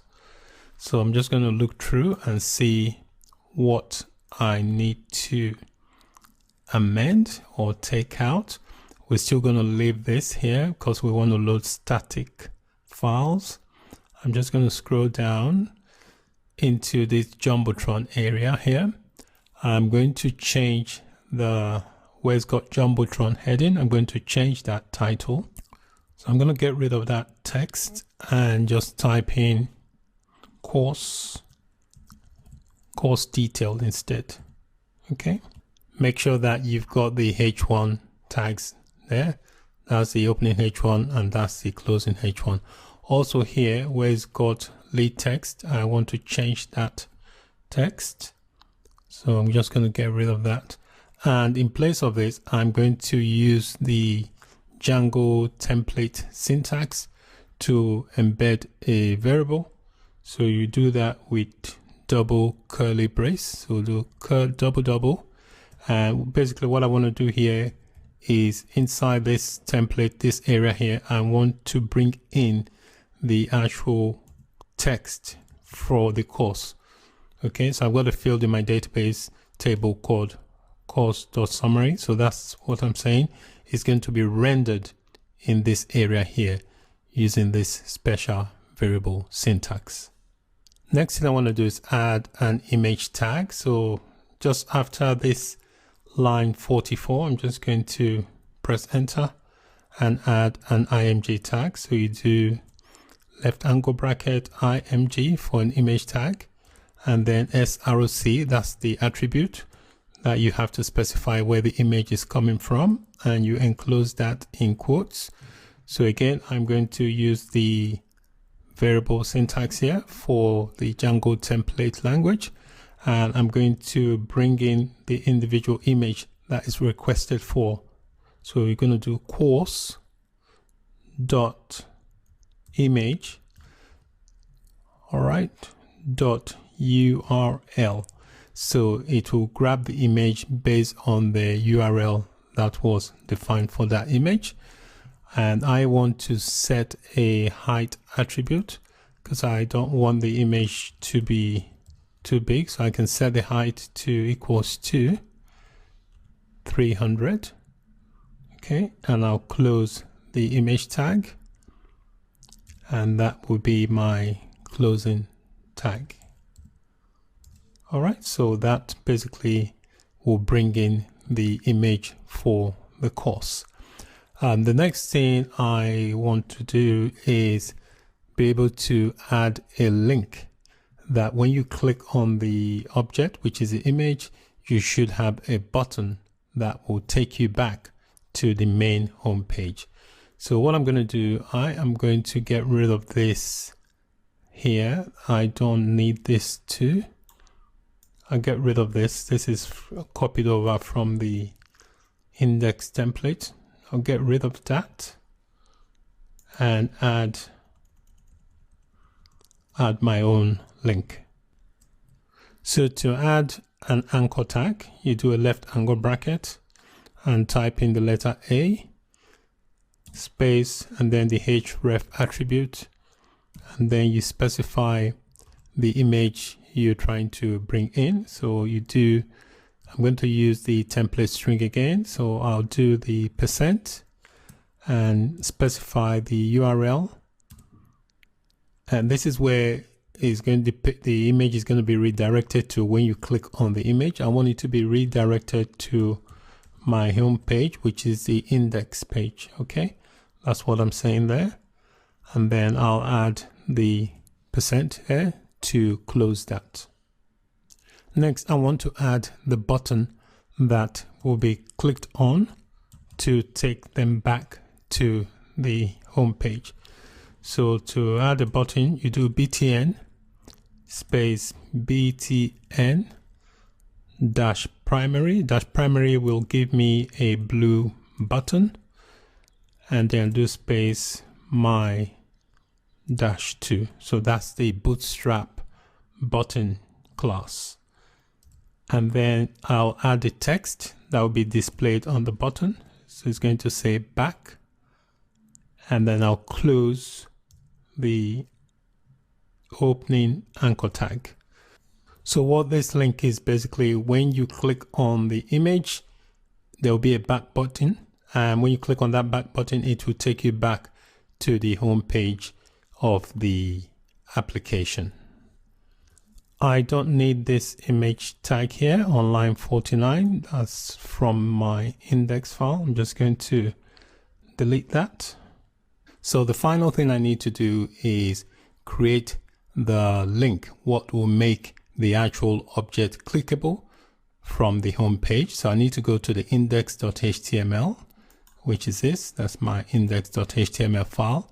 And then I have to look for where the image is being rendered. So here, so this is the area where the image is being rendered. So just here, after this div here, I'm just going to tab down and add an anchor tag. So you do a left angle bracket to create an anchor tag. So the link is going to start from here. So I'll do href equals to and the percent sign, and I'm going to use the template syntax again. So I'll do percent, and after that we'll specify the URL, and the URL that I'm going to specify is from the detail. It's going to say detail. All right, so when that is clicked, and I'm going to also specify the course ID. So when a particular course is clicked, is referenced, it will reference the course ID for that. And then close the percent. And then I need to specify where I want the link to end. So I'm going to come here and just tap down, and this is where I want the link to end. So I'll do left angle bracket /a. So anything between the opening anchor tag and the closing anchor tag is going to be treated as a link. So it's going to be clickable. Just a few checks before we test what we have done.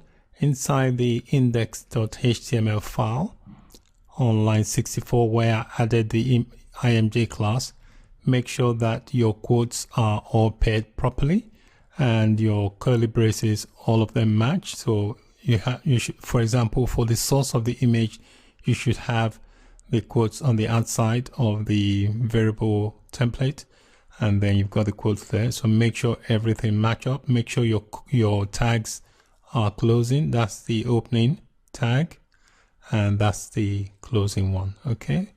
And if we look inside the details.html file, again, line 47, where I've inserted the link, make sure that your quotes, everything match up. That's the opening quote there, that's the closing. And for the button, that's the opening and that's the closing. And then you've got the angle bracket and the closing tag. So make sure all your tags and quotes, they pair up properly, because that can often cause errors. So once you've got all that checked, just save your file and let's go and do some testing. All right, so let's test some of the image objects to see if they're clickable. You can see here, you can tell an image is clickable when you put your mouse around it, it turns into a hand. This area is not clickable, it's just the image. So if I click on this now, when I click on the image, look out here, you can see the URL path will change. So if I click on that here, you can see it's giving me 5, which means the primary key for that object is 5 inside the database model. So, okay, I've noticed here I forgot to close a tag. That's why that is there. So I need to go into my details and change that. So I just need to go right. I've missed a tag there. So inside my Jumbotron here, you can see on line 43, I've got an extra angle tag there. I just need to click to delete that, and I'll just refresh, and that has disappeared. So we can see here we've got a back button. If you click on it, it takes you back to the main page, and if I click on another image here, the URL on there should change as well. You can see that tells me that the ID for this object in the database is 4. That is the primary key. All right, and it gives me these details here. If I want to go back, I just click back, and that takes me back to my home page. So that is it. Thank you so much for watching. Bye for now.